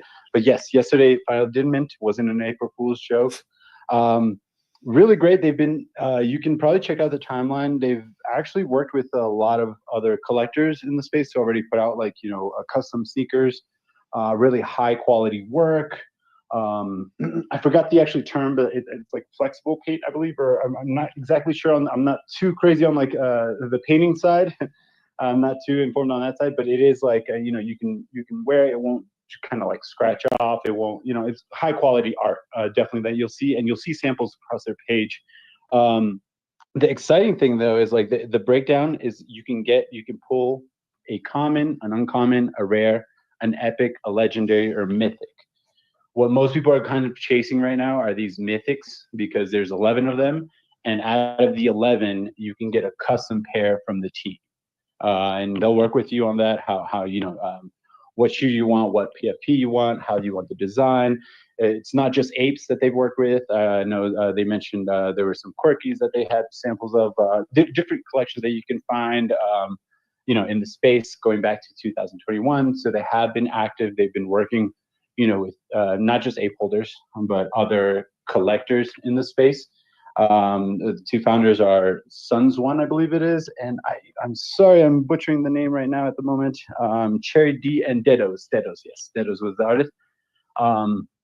and I mean, it's basically a little bit of brings back a little bit of that like shoe collector vibes. So you'll see that in the art, a little bit of paying homage to Air Force Ones. Anyone that collected sneakers a little bit like I did probably has a little love towards shoes and that kind of culture. But as you can tell from the art, it is kind of like that street art graffiti vibes. And what you can expect, I guess, is just really obviously really amazing art from the artists paired with the sneaker culture. But another thing that they will include is you don't necessarily have to have the mythics to get a little hookup from the collection. You will also be getting discounts for there will be discounts for other holders in the collection. So I mean, it's good to see because like what it was mentioned a little bit earlier with Cap, excitement happening on ApeChain, and I don't know how much is kind of floating elsewhere in the space, but you kind of hear other voices, on Web3 talking more and more about it. So really excited to see. I don't know if anyone had any other specific questions on the project. We could probably, I don't know, maybe get them up here. If you guys are interested, I can try and check if they're available. I really appreciate the update. And just so I caught that right, the 11 mythics, each one of those comes with a free physical. They can get their own custom kicks. And then all the others get a discount off custom kicks. And the discount varies based on the rarity. Is that correct? Yes. The mythics will get a 1-of-1, and there's already some people that are ready to offer any. Oh, you expect wave offers if you reveal that, and there probably won't be low either. Talking about high floor prices and stuff like that, or high demand for this stuff. But yeah, that's pretty much the breakdown at the moment. It does sound like there could be other type of merch hookups in the future, but obviously very early. So it's in the works, I guess you could say. Awesome. I like this, Cap. Like, this is actually like, okay, so a couple things about this, and I don't know where they ultimately net out. So like, I'm not like claiming that this is going to be like everything I'm going to say it's going to be, but here's why I like this. Number one, what I was going to say, it's like crazy. Like, this is actually like, it's like we're in a simulation. Because my thing I was going to say was, okay, NFTs, ApeChain is the chain for NFTs, which I agree. It's the place where people are having fun, which is cool. It's cool to see like sort of like those early Bored Ape Yacht Club vibes, as we always say, type things going on, right? But I was going to say, but the question is, what do you do with the NFTs? Like, the next step that's logical for ApeChain is like people are minting low cost and affordable, like, not crazy, not $17,000 mints, which again, sold out. So shout out Taproot Wizards. But like this is a situation where people are, buying and selling these NFTs. They're getting excited about it. What happens next? Do you offer utility? Do you offer loyalty? And like with Fresh Kicks, there is the chance here where obviously there's utility. There's the potential to get those 1-of-1s. You're going to get a discount off, which that's actually a good like piece to have. So it's like, hey, like you hold this thing, you get a discount off our product. I think that's the right way to approach things. And I would even build on it to be like, now they can track their customers if they need to, right? Like in the future, if they want to do a deal for anybody who has these, like they can. And so this is what NFTs need to evolve into in our corner, beyond our corner of the internet, I should say, where we actually start seeing people use the technology in this logical way. So I like this a lot. I do very much enjoy what they're doing here. I think that that's the right idea. Now, do they end up landing the plane on it? Do they end up doing all sorts of discounts? I don't know, man. Like, I'm not going to put that on them. That's a lot of work down the line to potentially figure out if it actually works. And there's a lot of things that go into building a business. So by no means am I being like, this must be their next step. I just think it's cool that they're actually giving utility out the gate, stating what it is, able to kind of make sure they're keeping track of like top fans. Great. Discount with NFTs and the potential for future utilities there. They don't have to do anything because they're not promising anything. So you don't have these crazy early promises that you used to have back in the day of, we're going to build this metaverse. And you're going to get this, you're going to get that, and then the other. But you do have them saying, we're going to give you a discount on kicks. We're going to let you get a free pair of kicks. And in the future, maybe they do something, maybe they don't. But I like this. This is the right way to do NFTs. Agent, saw your hand, Flab. Go ahead and respond to that. Yes, and I did miss out one key piece of alpha that they kind of shared. That for those that have already tested out Dashbow, you can already see that there's 2 of their kicks already available. So expect to see more of that stuff too. Now, as we, get more and more of this 3D meta, the hype going for, leading into the release of other side, I think we'll see more of these cross collabs between maybe ApeChain collections, maybe even past ETH collections. Like I know there was some gutter cat talk, which we can that's a whole another conversation we can get into. But yeah, I think the 3D side of this is going to make it interesting also because, for example, like G's, most people don't know, they actually have traits for sandals. So I'm guessing they're going to have other footwear probably on Dashbo, and we've seen that. We've seen that for apes and mutants. So maybe we'll see it for Kodas. I mean, it would be kind of cool to see Kodas with some fresh sneakers while they're killing us on. Yeah, I don't want to talk about that. I'm still traumatized from breaking the world record and all the Kodas attacking me. But yeah, I'm getting sidetracked here. But yeah, I just want to add that little part where Rita is also collaborating with them as he's been collaborating with other people. So expect to see maybe more of that on Dashbo and maybe some other things. Not confirming anything, but that you know how the space works. Yeah, no, it's Rita collaborating with them. Of course, it's on ApeChain. Therefore, Rita's collaborating with them, which you love to see. This is cool, man. I like this. I like this. I like that it's going to be.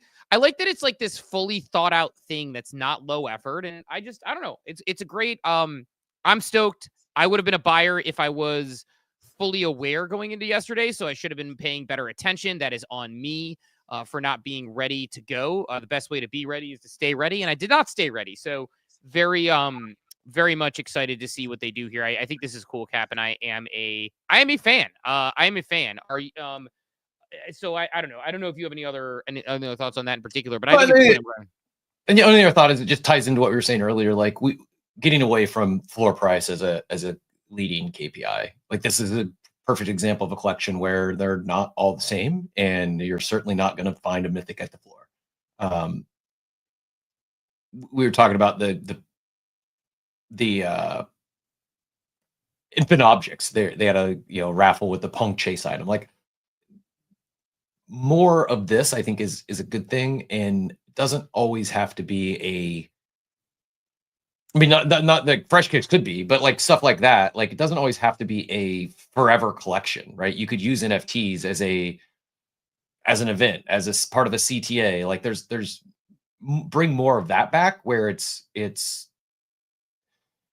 get creative with the tech again, do some fun stuff. And I think this is for the reasons you mentioned, whether it's future merch, future collaborations, like there's a lot you could connect there. And I'm excited to wrap it up. I'm excited to see more experimenting taking place on ApeChain with the lower price points, as we've hit on many times. I just like this is the way I think for NFTs to make a comeback.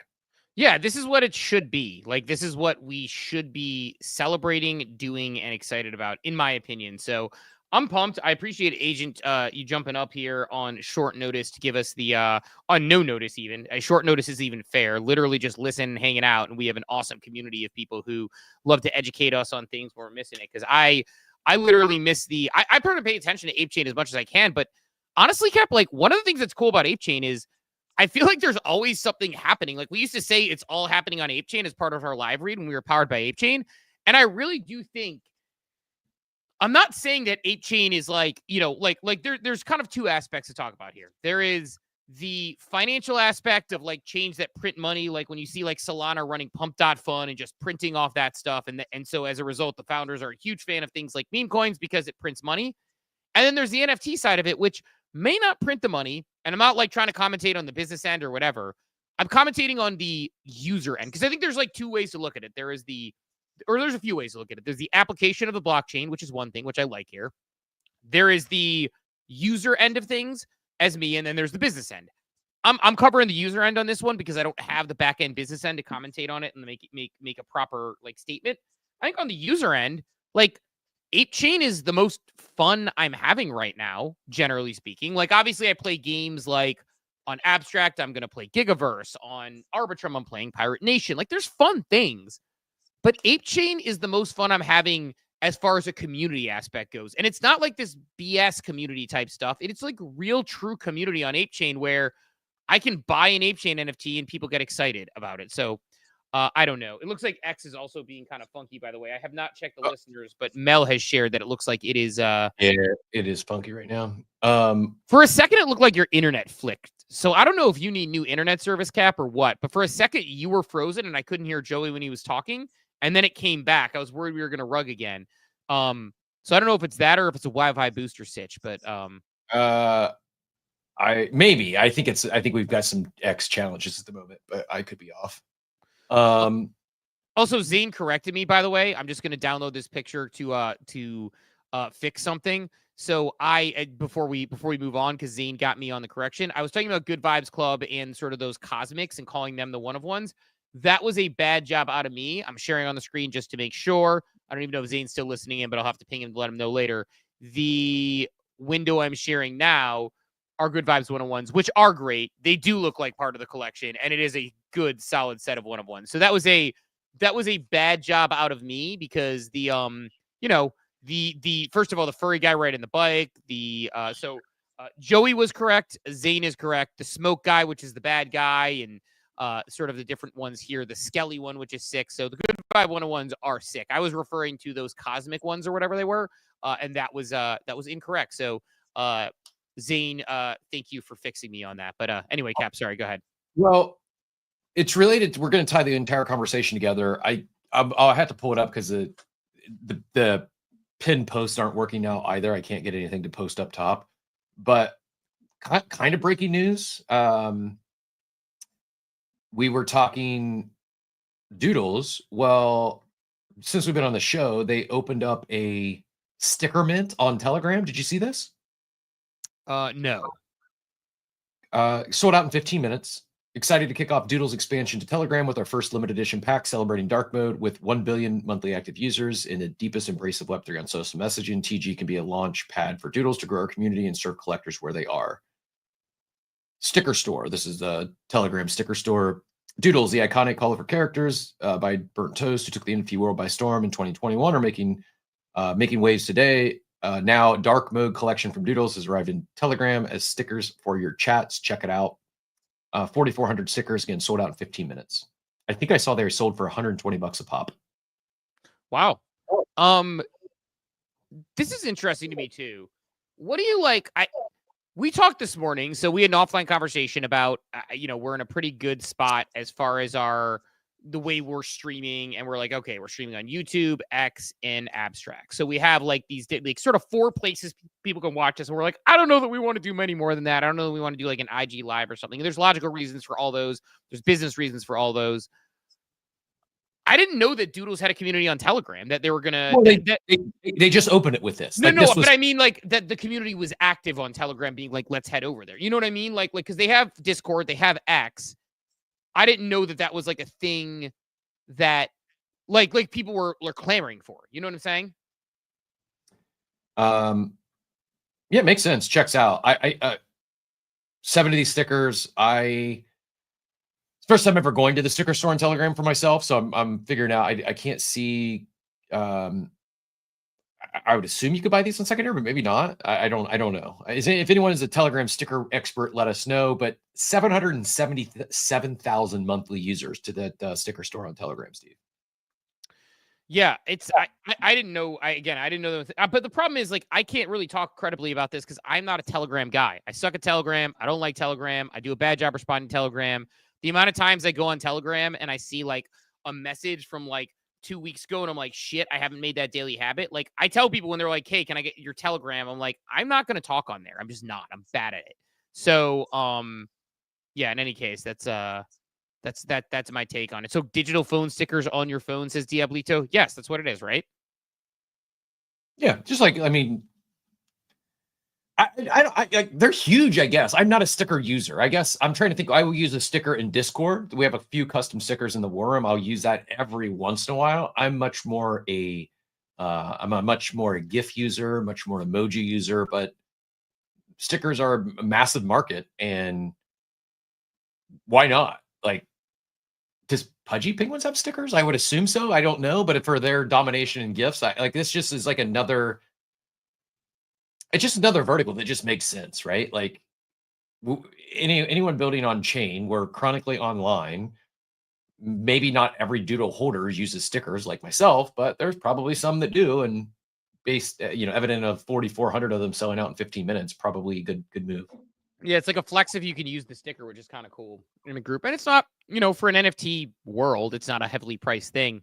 It's funny, you just got clipped, by the way, from this from your daily market update. I don't know if you saw Intelligence on X saying maybe ETH becomes the new stablecoin of the US with like a laughing emoji. Just like messing around because it was kind of like a funny joke you made. It's funny. Yesterday I had Ziana was commenting in my comments about like the CryptoPunk sales being like, I asked my friends what they thought Taproot Wizards would have been for, and their guess was like $10 to $15. And I kind of responded. I'm like, maybe your friends thought you're asking them what the price of ETH would be by the end of 2025 because it just feels like we're headed in that direction. So here we go. Is he just fucked, or am I way too mid curving this and thinking that like the president's family is buying and investing in this, and a bunch of BlackRock is investing in this, and a bunch of other people? Am I standing on a ship as it just sinks down? Like, what are we gonna do about ETH here, Cap? It's not going to sink. It's not going to the bottom, but I just removed any timeline expectations I have. I remain insanely bullish. I'm more bullish on it as a network as far as like functionality and fundamentals. And it's still like over 50% of DeFi takes place on ETH. Like it's going to be fine. It's just, it might be the year 2050. I don't know. Like painful. People say, what hurts more than holding ordinals? It's holding ETH. Painful. It's going to have its moment. I just don't know when, and it might be a very long time from now. Yeah, man. It says X Spaces is down, by the way, so nobody can hear us apparently right now. Or the 108 in the room, don't move a finger. Yay, Elon. You know what's crazy is like you don't think about this. Like you talk about the tariffs and closing down and that affecting people's businesses. Who knows what that is? Elon Musk and his company just like making little tech updates impacts our business because we go to sponsors and we're like, hey, these are the numbers, these are what we run, and then just doesn't load. So we're streaming through the rest of the morning, or maybe we even wrap if we want to. I know tomorrow we got Serpent on the show, we got Bunchu coming on, so we got a packed one tomorrow, and then I'm gonna work on getting in time for Dude next week. Already got a couple guests potentially lined up. I know you do as well, so we need to connect on that, get those calendar invites rocking. Yeah, man, ETH is hard to hold. It's hard to hold. I'm trying to like look at even the price and actually see. So I'll just share my screen because I'm just like doing this live research. Because good thing we started doing YouTube. Good call, Payne. Good call, Payne. Producer knows best. Producer knows best. Let me look on my share screen. All right, so obviously up from 2020. If you bought ETH in, I guess, May 2021, it was like $4,000, so you'd be way down. I'm trying to see like at the beginning.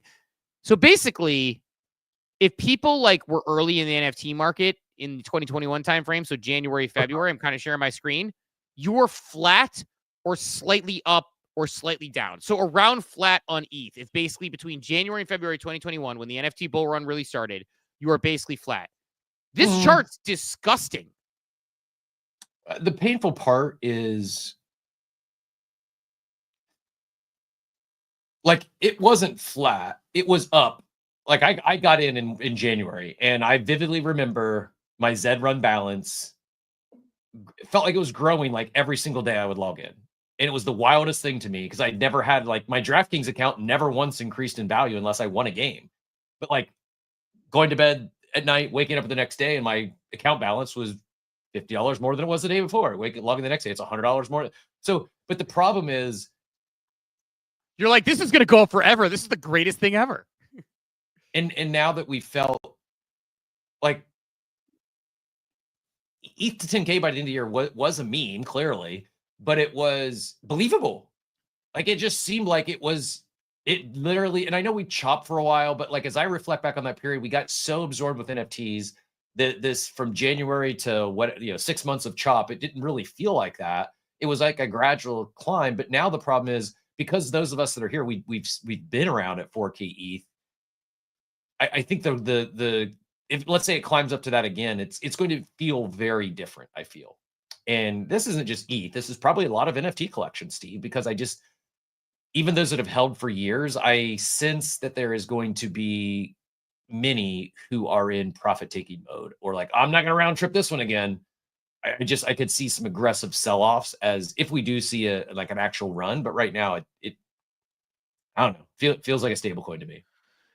This is this is sort of the thing that I run into a little bit here with like some of the NFT collections and everything else is like, I talked about this with Bored Ape Yacht Club, where people are like, it could have another parabolic run, and it certainly could because it's low numbers, so it's possible. But you do wonder how many people say, if it just gets to 20 ETH, if it just gets to 30 ETH, if it just gets to 15 ETH, if it just like, and similarly with every other NFT collection, Azuki, you name it, like, how many people are looking at it with, unless there is a reason for me to hold an airdrop, if it gets to a certain amount, I'm not doing this again. And I wonder that with, I actually, for the first time in a long time, I questioned, like, kid you not, Steve, this morning, I don't know why, this morning, I randomly had the thought, would I sell if Apes were up to $500,000 again? I'd sell my mutant. And that's where I settled. I was like, just give me a 40 ETH mutant again, and I'm out. I'll sell the mutant. Yeah, I don't know. I think that's the problem. I think I bet you, I mean, there's no way to do a clean poll, but if you're like, hey, if Bored Ape Yacht Club holders only, like if you could do a token gated poll and we're like with Warmont, be like, if it got to, what's your sell point, right? And I don't know, man. Like it's really interesting. It was actually one of the ways back in the day I would judge whether I thought an NFT was worth buying sometimes, like from a price standpoint, because you would learn a little bit about the holders. I used to do polls at what point will you sell your insert NFT? And I put Gutter Cat Gang, I put Bored Ape Yacht Club. And I remember distinctly, Gutter Cat Gang, all of them were ready to exit as soon as that thing 3x. Like it was like a majority run poll. Bored Ape Yacht Club, a lot of people were like never selling. And so I knew it was a good community, and that's probably why it was able to run up so high. But I do wonder how many people would say what their price point is if they're out. And I wonder if we run into that resistance with some of the crypto as well, right? Like, does ETH hit like 4K and everyone's like, not doing this again on ETH? Do they do it with, Bitcoin? I don't know. I don't think Bitcoin, but yeah, I don't know. I think there's going to be, I said this all bear. There's going to be a massive consolidation in NFTs. I still think it's going to happen. I think it's going to be more violent than I expected. Maybe start happening now. Maybe it's starting to happen, but I think some collections are going to get hurt by what you just said. As price goes up, there's going to be a race to the exit. I think part of that race to the exits will be individuals getting the one or two or three assets that they really want, the ones they want to collect. And I'm not just, yes, I understand there's some embedded bias here, but we're seeing it right now with apes. 7 minutes ago, 20 ETH sale. A crown, another crown, 20 ETH. I don't know. Does a pop-up come up on screen share or no? Yeah, it does. It does. 21 ETH. Like someone won it. Just like there's a CryptoPunk collector collected the two twins yesterday. Someone just bought the floor of crowns. They wanted 3 crowns. 21, 20, and 20, 20, and 21. My point earlier is the floor is just one metric. There's one we sale. There's a floor. Another non-floor. Non-floor. There's a floor. Non-floor. There's a floor. Non-floor. Non-floor. Non-floor. Non-floor. I mean, another WETH sale. Like in the last 2 days, there's been 2 WETH sales, most non-floors, and now that person that just collected 3 rares, I'm guessing they probably wanted a crown, and they bought a 3-pack to sell one on the run-up, sell one after a big pump, and keep one to vault. I have no idea. I don't know who the whale is, but I think there's too many people here who really enjoy the space. They had a lot of fun in 2021. You can't erase nostalgia. And yeah, I think the punks, the apes, the doodles, the azukis, the pudgies, fill in the blank. I think there's going to be a handful. It's less now than what it was. I don't know. I actually have only thought it's going to be, let's say 10 or less from 2021 that really sustain and have a serious second run. I'm also more and more thinking that while there's going to be that massive consolidation amongst the existing legacy brands, I think there's also the potential of a second run of new brands. So kind of, I think it's just going to be very bifurcated. It's like, people are going to be scooping up a handful of these legacy collections that are there's provenance or they're iconic or they've always wanted it. A lot, the 95% of the ones even still alive die or continue to bleed out, and we see some new collections mint and take the attention. Like I feel for those that have been building for a few years, they're around, but they just never quite captured the zeitgeist. I think they will have I think it'll be very challenging for them to get a second wind, because we're still going to, like we just talked Steady Eddies minute yesterday. It's up almost 10x. Steady Teddies, excuse me. I think we'll see more of that. And I think some of these new ones will stick and come out of this cycle. And it's probably very similar with alts, right? Like we were around and actively trading alts in 2017. A few of them survived, most of them died. I think even probably some of the ones that died or that survived rather through the bear, they never had a second run. I think that's probably how this plays out with NFTs. There'll be a lot of those collections that are still alive, still kicking, some holding on hope that, I'm holding 100 of these NFTs because the second NFT season.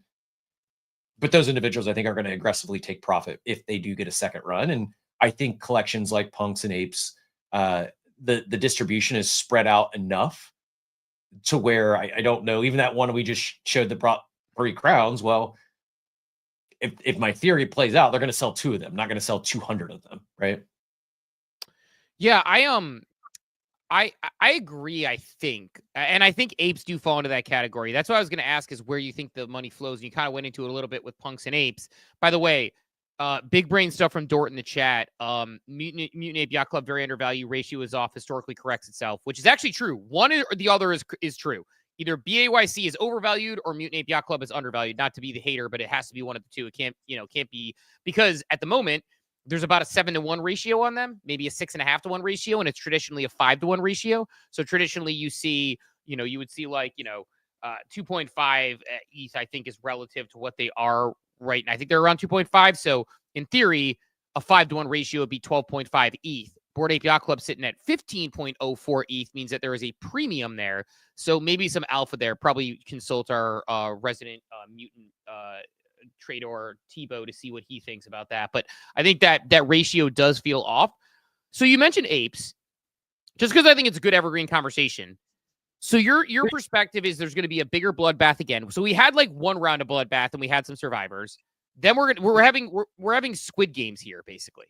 This one sold for 3.98 just a few hours ago. It's already relisted for 5.55. Like flippers are back. Like there's something happening here that I don't think the space at large is recognizing quite enough yet. Like there's flippers are back, collectors are back. Like I've said it many times, like incentivized bidding was a near death nail for NFTs. They're not meant to be traded like that. That was never the thing.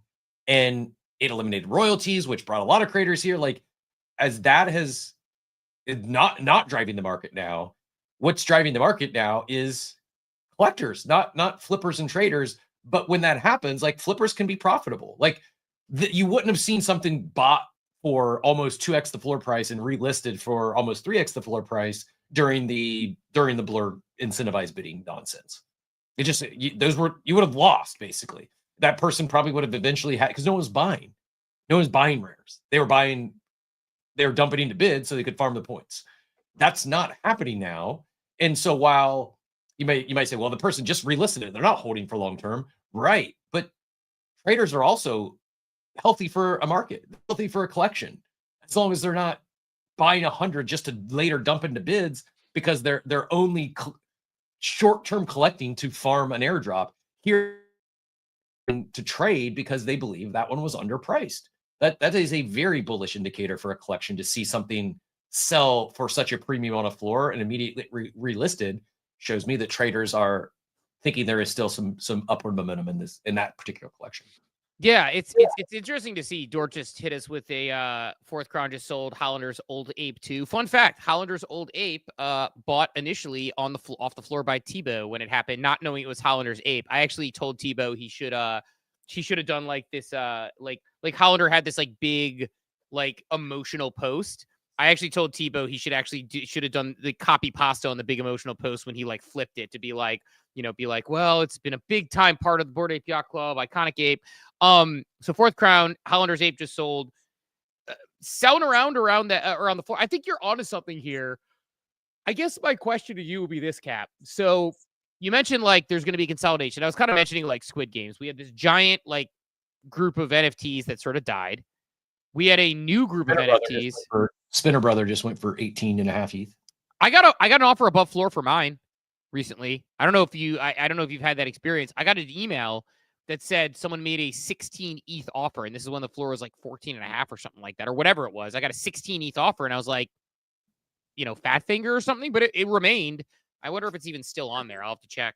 But yeah, I got an offer above floor for my ape, which I thought was just kind of bizarre. I didn't expect to see that. Let's see. Nope, offer was pulled. But yeah, it was if you look at the activity, it was an offer for 16 ETH above floor. So it was weird. It was but okay, so we had Squid Games first round, a bunch of NFT projects died. You're saying we're entering Squid Games second round, a bunch more will die.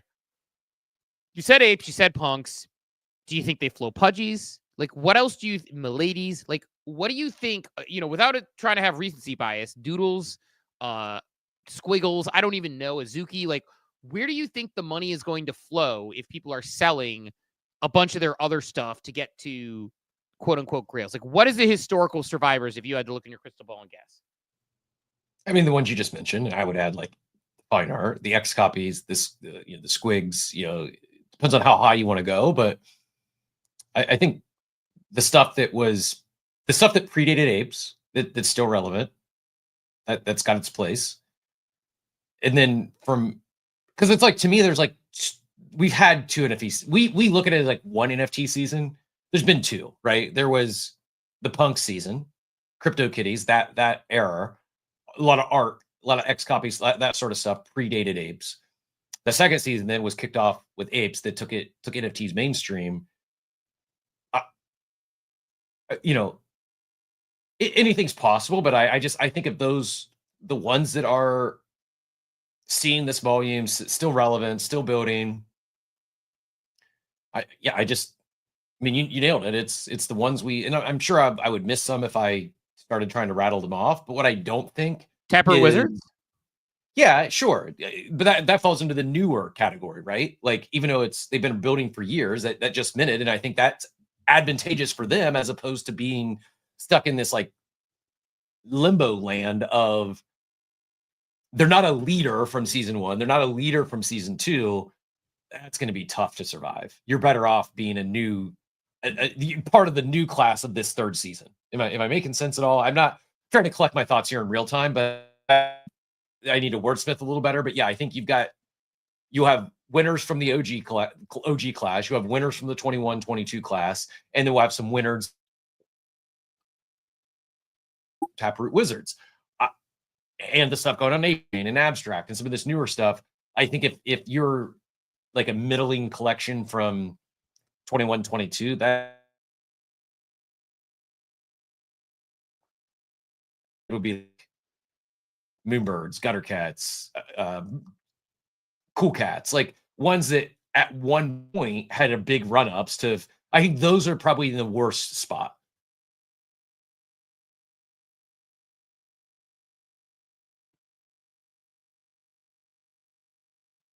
I don't know. Cap, you might need to check your ISP. I am watching the live on Abstract, and you are freezing. So I think that might explain the space this morning too. Because it's doing it on my end too, but my internet's fine.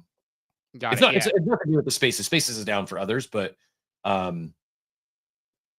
Yeah, I was making sure it was. I was making sure it wasn't me because I'm watching the abstract and I'm like moving around, looking confused while you freeze on the screen. So it's something on that end, I believe, because I thought it might be me, but I think it might be that. So yeah, we'll figure out. We'll get it figured out. We'll get it figured out. But yeah, man, like I agree with you. I think they're gonna flow into some of those, and I see what you're saying. Like even on ApeChain, we have the G's on Ape, things like that are kind of emerging this group, and it's like we're in season 3 right now. Like we had punks, we had the apes in the crazy 2021 season, we had a bear, and now we have sort of ApeChain, Taproot Wizard, sort of season 3. I never thought of it this way. I actually really like this. There's probably like a fun thread here about this, about like the winners of each I don't know. There's probably winners of each like sort of one to talk about. There's probably a cool thread here to cover. Just because I think that there is an insight there that I hadn't thought about, is that we're sort of in season 3 of NFTs right now, or JPEGs on the internet, if you want to put ordinals in that category. So yeah, I think that there's a like who are the winners in each one. Like there's probably a graphic you could do, like not the S tier graphic, but like season 1, season 2, season 3. And like you can talk about the winners and losers if you really want to get spicy about it. Like Cool Cats seemed like a winner in season 1, so did Gutter Cat Gang. They're both down, right? Although Gang Token's gonna save it all. And so I don't know. Like there's definitely something there. That said, the only other things I had on my list, a couple cleanup items, but I know we're about 10 minutes out, but we are fighting the internet at the moment. X is down as it is. So we probably can call it here soon. Maybe topics for tomorrow, maybe not that important. Jupiter's just been falling since they announced buybacks. They're down like 50% when they announced buybacks. So buybacks in crypto don't work. I think they're down 30-40% this week, which is pretty wild. GameStop is raising money to buy convertible notes in Bitcoin. I thought that was interesting just because, like, maybe worth discussing. Will we see a world where the companies that bought Bitcoin actually end up being the ones that are smartest? Because, like, you could 4x your treasury on that. So that's a big bet they're making. We hit the CryptoPunk sales. One other thing I just want to throw out there, not even for like discussion, I just found this fascinating. Modern Market hit on this morning. Circle filed for their IPO, $4 billion, which is hilarious. Like evaluation, I believe it was, which is hilarious with what we say about coins, that Circle, a real company with a real business, is a $4 billion company. And we're like, why isn't Pengu a $5 billion coin? Half of Circle's revenue goes to Coinbase. I thought it was a lot more than that. Really? I looked at like, well, maybe it's not half the revenue, but like something to the effect of like 90% of the revenue generated off of USDC traded on Coinbase goes to Coinbase. Like the number I saw was 90%. Like Coinbase gets 90% of X, and maybe it was just USDC traded on Coinbase. But yeah, it is and I think that's why the valuation is what it is whereas Tether seems to be, keeping the lion's share of their margins. US Circle is not. Yeah. By the way, we're getting people defecting over to YouTube as X continues to rock down. I had actually had a sponsored post I was planning on sending out today from one of our sponsors. I'll have to send him an email update and let him know X is being funky. So we're going to probably put off on that for now. I feel much better about my GM post being nerfed into shit, because it feels like maybe everything is nerfed into shit right now. So save your hot takes for when X is actually cooking. We didn't realize that we're being liberated from our online addiction, Steve. That's what Liberation Day today is in the States. Is Elon just going to pull the plug and make us all go touch grass for a little bit? Banger, like that. That said, maybe we wrap there. Why don't we hit any cleanup for the people whoever's. By the way, thank you to everybody who has stuck through it. If you managed to stick in the X space and it worked on Abstract on YouTube, turns out the redundancy of multiple platforms is good. As we continue to get this thing done, we're being liberated from X. We're being liberated from Cap's internet. Yesterday we were almost liberated from your phone dying. Low power mode, by the way, major alpha. I'm a big low power mode guy in general. Like I have my phone on low power mode if it drops below like 72%, because I start freaking out that I'm going to lose my phone and die and get stranded in the desert somewhere. But what is any cleanup or anything we missed?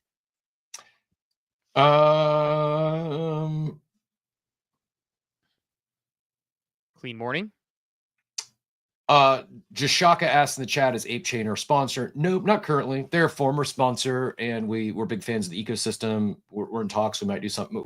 That's kind of how Steve and I roll. Is we work with brands we enjoy and like talking about, and we don't enter into lifelong sponsorship agreements. And so when the thing, when we stop getting paid, odds are we will continue to talk about it if we genuinely appreciate and like and enjoy whatever said sponsor was. So yeah, good question. Appreciate you asking. Not a sponsor conversation. We are just genuinely big fans of ApeChain and the ecosystem, and hopefully one day again there will be an active sponsor. But just like Mintify, we show the daily market update via Mintify every day. Even our advisors, we don't have an active sponsorship in place with them, and we've got some tokens vesting and whatnot. But it's a platform we like, appreciate, and we like giving them flowers above and beyond what we've been paid to do. Yeah, we have no obligation to most of them. And we actually tell our sponsors oftentimes, like, for example, Beezie's a sponsor now. How much did we talk about Beezie beforehand? You know, and it worked out, and we're doing the claw pull. And by the way, very happy with I'm sending Riggs his prize right now. I've sent all the other ones out as well.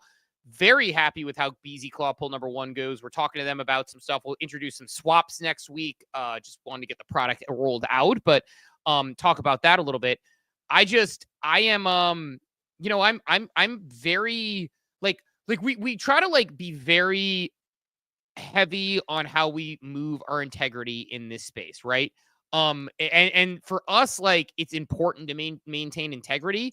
And like we talk about ApeChain, like, no longer sponsored by ApeChain, just you know, do our thing and you know, continue to talk about it where it makes sense and why I think it's cool.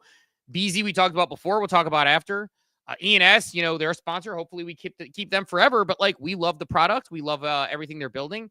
And to Cap's point, we do try to work with sponsors that we like and support. But one of the things that's important to us is we tell our sponsors, if there's something bad, we'll talk about it.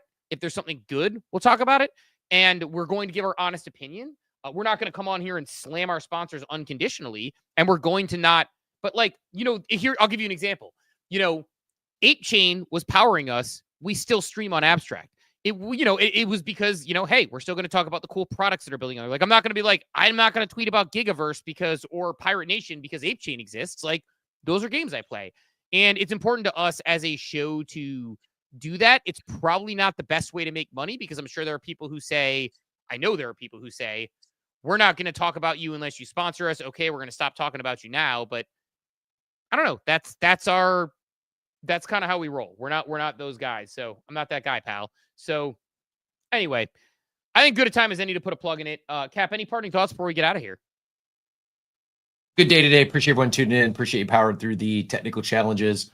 I don't know, man. I had a Frontier internet rep cold calling me in my front yard the other night at like 8 p.m. and I just get out of here, dude. I'm good. Set. He's like, well, you used to be a customer. Can we win you back? And I guess I should have listened to him, but or maybe more sinister. Maybe he cut your cord. This could be. Maybe we're getting. Maybe this is the vampire attack we've been talking about. But I'll tell you what.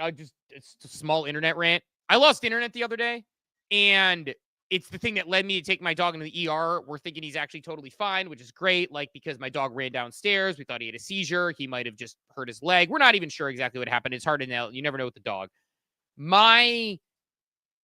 There's this funny thing. It's like with the internet, we have this internet in a box.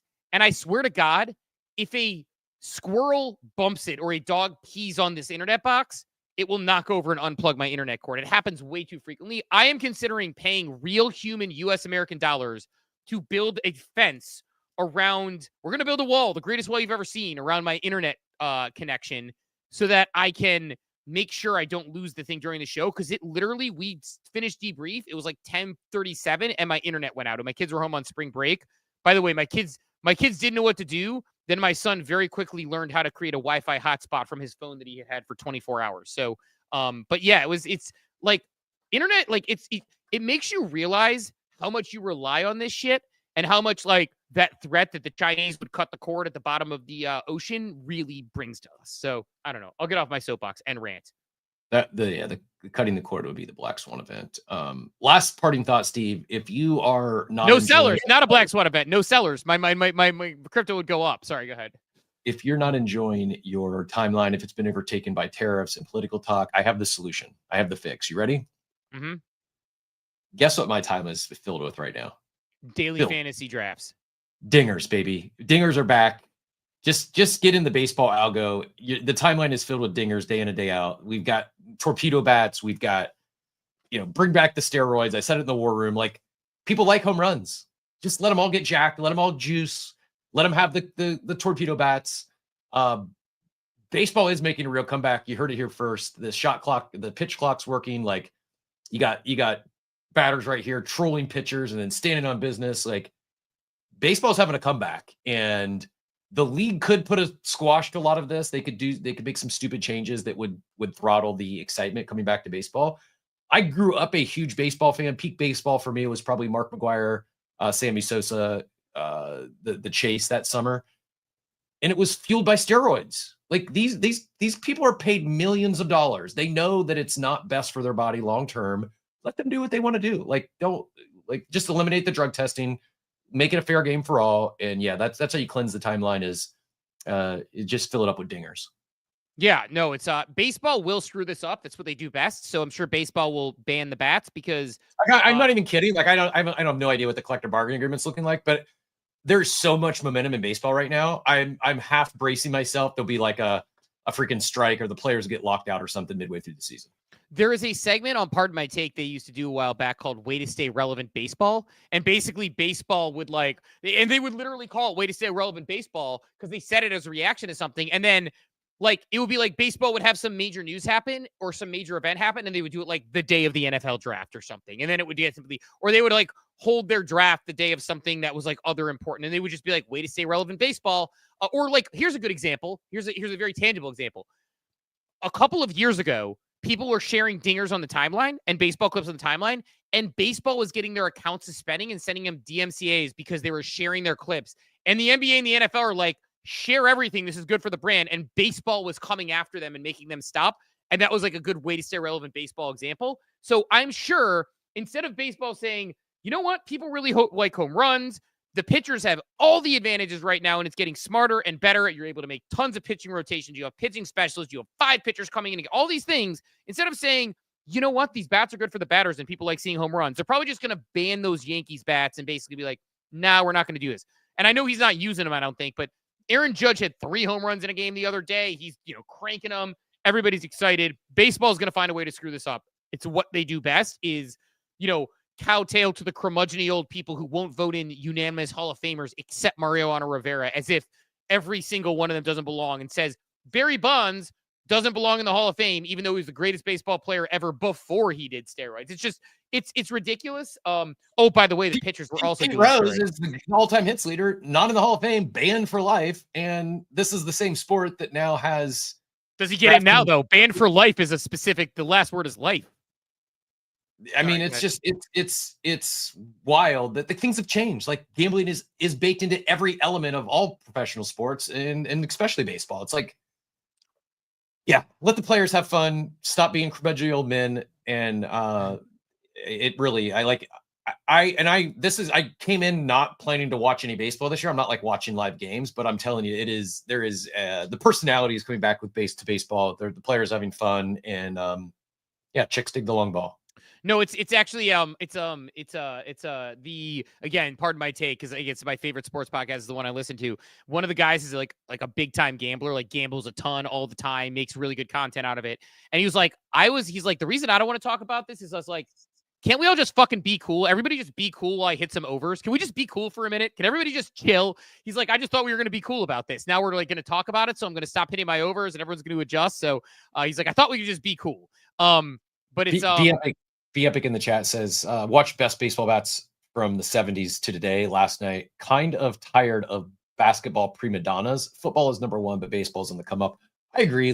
I'm kind of, I don't know. Basketball is not doing it for me. The NBA is just, I don't know. I don't even know why. I can't even put a pin on it, but football is still going to be, it's just, they have a big competitive advantage only having 16, 17 games a year. The event-based business is massive, and I don't think something major would have to happen for someone to unseat the NFL, but I really do think baseball is having a moment. And if they don't do something to screw this up, it could be, I think they could leap NBA, Major League Soccer, all those, and get back to the America's great pastime as it once was beloved. But they have to change. They have to embrace technology. They have to, You know, like things like they have tech now that can be perfect on calling balls and strikes. We don't need human umpires. See, football's doing that. Football's doing that on first downs now. Football, yeah, like they should do all introduced this stuff. Like embrace the tech. Like there's no reason not to. Like you shouldn't have games decided on human error when it's optional. You don't have to do that anymore. So like I think it's at a big crossroads where if they embrace the tech, if they lean into some of this stuff, I think they could go like up and to the right. And if they don't lean into the tech, if they try to still operate like it's the 1900s, then things could fade again. But right now, I hope they don't screw it up, because like they could come out tomorrow and say, "Oh, the torpedo bats are deemed illegal and no one could use them." That would be the dumbest thing they could possibly do. That's Just give it to everyone. Let everyone use them. I'm like almost positive that's what Basil's going to do. They're so stupid in that sort of stuff. And like, I think you're right. Like the event-based stuff, whole nother like can of worms in discussion. Baseball is, I don't think it's going to be on the come up unless they like made fundamental changes and had less games. Because I just think too many games, not enough players, can't sell out the arenas or can't sell out the stadiums, people not going. I think basketball is too many games. It gets exhausted. You're sitting players. I get it. I think shorter seasons for both would be better, but they could never do it because they'll be like, oh, the record books and this, and like, especially in baseball where it's so important. You know who fumbled the bag the biggest, I think, is actually soccer, because Euro soccer about 10 years ago was blowing up in the US. And then the streaming services made it so I'm a Chelsea fan. I like basically I was in a point where like I had a friend who was a Man U fan, a friend who was an Arsenal fan, a friend who was an Everton fan. They said, pick a different team in the EPL. I watched for a season. I picked Chelsea. It was fun. Suddenly I woke up every Saturday morning, every Sunday morning. I got big for games. I showed every single one. You know, BF at another point, average family can't afford to go to a baseball game. True. Price out because you have a lot of factors. And actually, I'll tell a story about baseball to show how shitty the ownership is, which is a whole nother problem. But soccer was commonly come up in the US, and then they made it, and I couldn't find Chelsea anywhere. I'm like, oh, it's on Sky Sports, and I can't watch it today. Oh, it's on Peacock today. I don't want to watch it on the cock. I can't like you can't find any streaming. It's like every streaming network that they have it on, not my jam. So I don't know. Like I have a problem. Like I think soccer was the one that everybody was getting excited about, like about 10 years ago. And I really genuinely enjoy watching. It is an electric game. It is the only game with low scoring that can be exciting, right? Like, I guess hockey to a degree can be as well, but like soccer fumbled the bag big time, I think, in the past 10 years. And now it's hard to like find games again. Whereas I was watching every single game tooth and nail, and games I didn't care about as much. And then I can't find the games I want, and it's certain streaming services and certain things. So I'm out in that. Baseball just sucks because the owners suck. Like, have you seen like the spending? It's like the spending disparity with no cap, and there will never be a cap in baseball ever. The spending disparity That's is actually one of the ways they're talking about they potentially kill us. They're actually talking about a cap now, and they're never going to get a cap though. They'll never get a cap because they'll never get to agree with that. The players will strike and leave, and it's just all the things they want. Like they're never going to get a cap, and so like the Guardians had a good season last year, and then they let guys walk and didn't do anything. The Pirates have some of the best starting pitching in the entire MLB. They didn't do anything in the offseason. It's like baseball is always going to be those top. The Dodgers spent more than everybody else. Surprise, they're favorites to win the World Series. I'm shocked. And potentially win all the games. I agree. Baseball needs a salary minimum more than a cap. I agree. Get teams like the Guardians to actually spend a little bit. They don't have to spend as much as the big market teams, but that is a real problem with baseball. I agree with you. The disparity, the gap. However, you see some of these small market teams make a run almost every year. One of them is competing. It's hard to win when you're. It is a it's not a fair game in terms of one team might have 400 million in payroll, the other one has 50. But I think a salary minimum forcing owners to spend at least X amount would be better than capping it. Yeah, it's. I think a salary floor would be great if they force them to spend some sort of money because they basically buy it as a franchise, buy it as an investment. Congratulations, you're rich. That's probably how you got rich. But like, if I own a sports franchise, I would empty the clip. I'm rich already. I just want to win titles. I would be the most beloved owner, spending all the money, doing all the things, especially baseball where you can just do that. And so, yeah, baseball I think is. I like to go to a game with my family occasionally, like one or two a year. I don't watch a ton of it. It's not enjoyable. I know they sped up the game a little bit, but they do a good job screwing stuff up. NFL is king, and I love that the NFL is not only king, but they're coming for everybody else. Christmas games happening again. After the NBA was like Christmas Day, NFL's like, we could take this. Like, they're like, Christmas is a nice holiday. You have NBA there. It would be a shame if somebody went along and took it. And so that's what they're doing. NFL is taking and owning Christmas Day, and we'll continue to see the fall of that. So I don't know.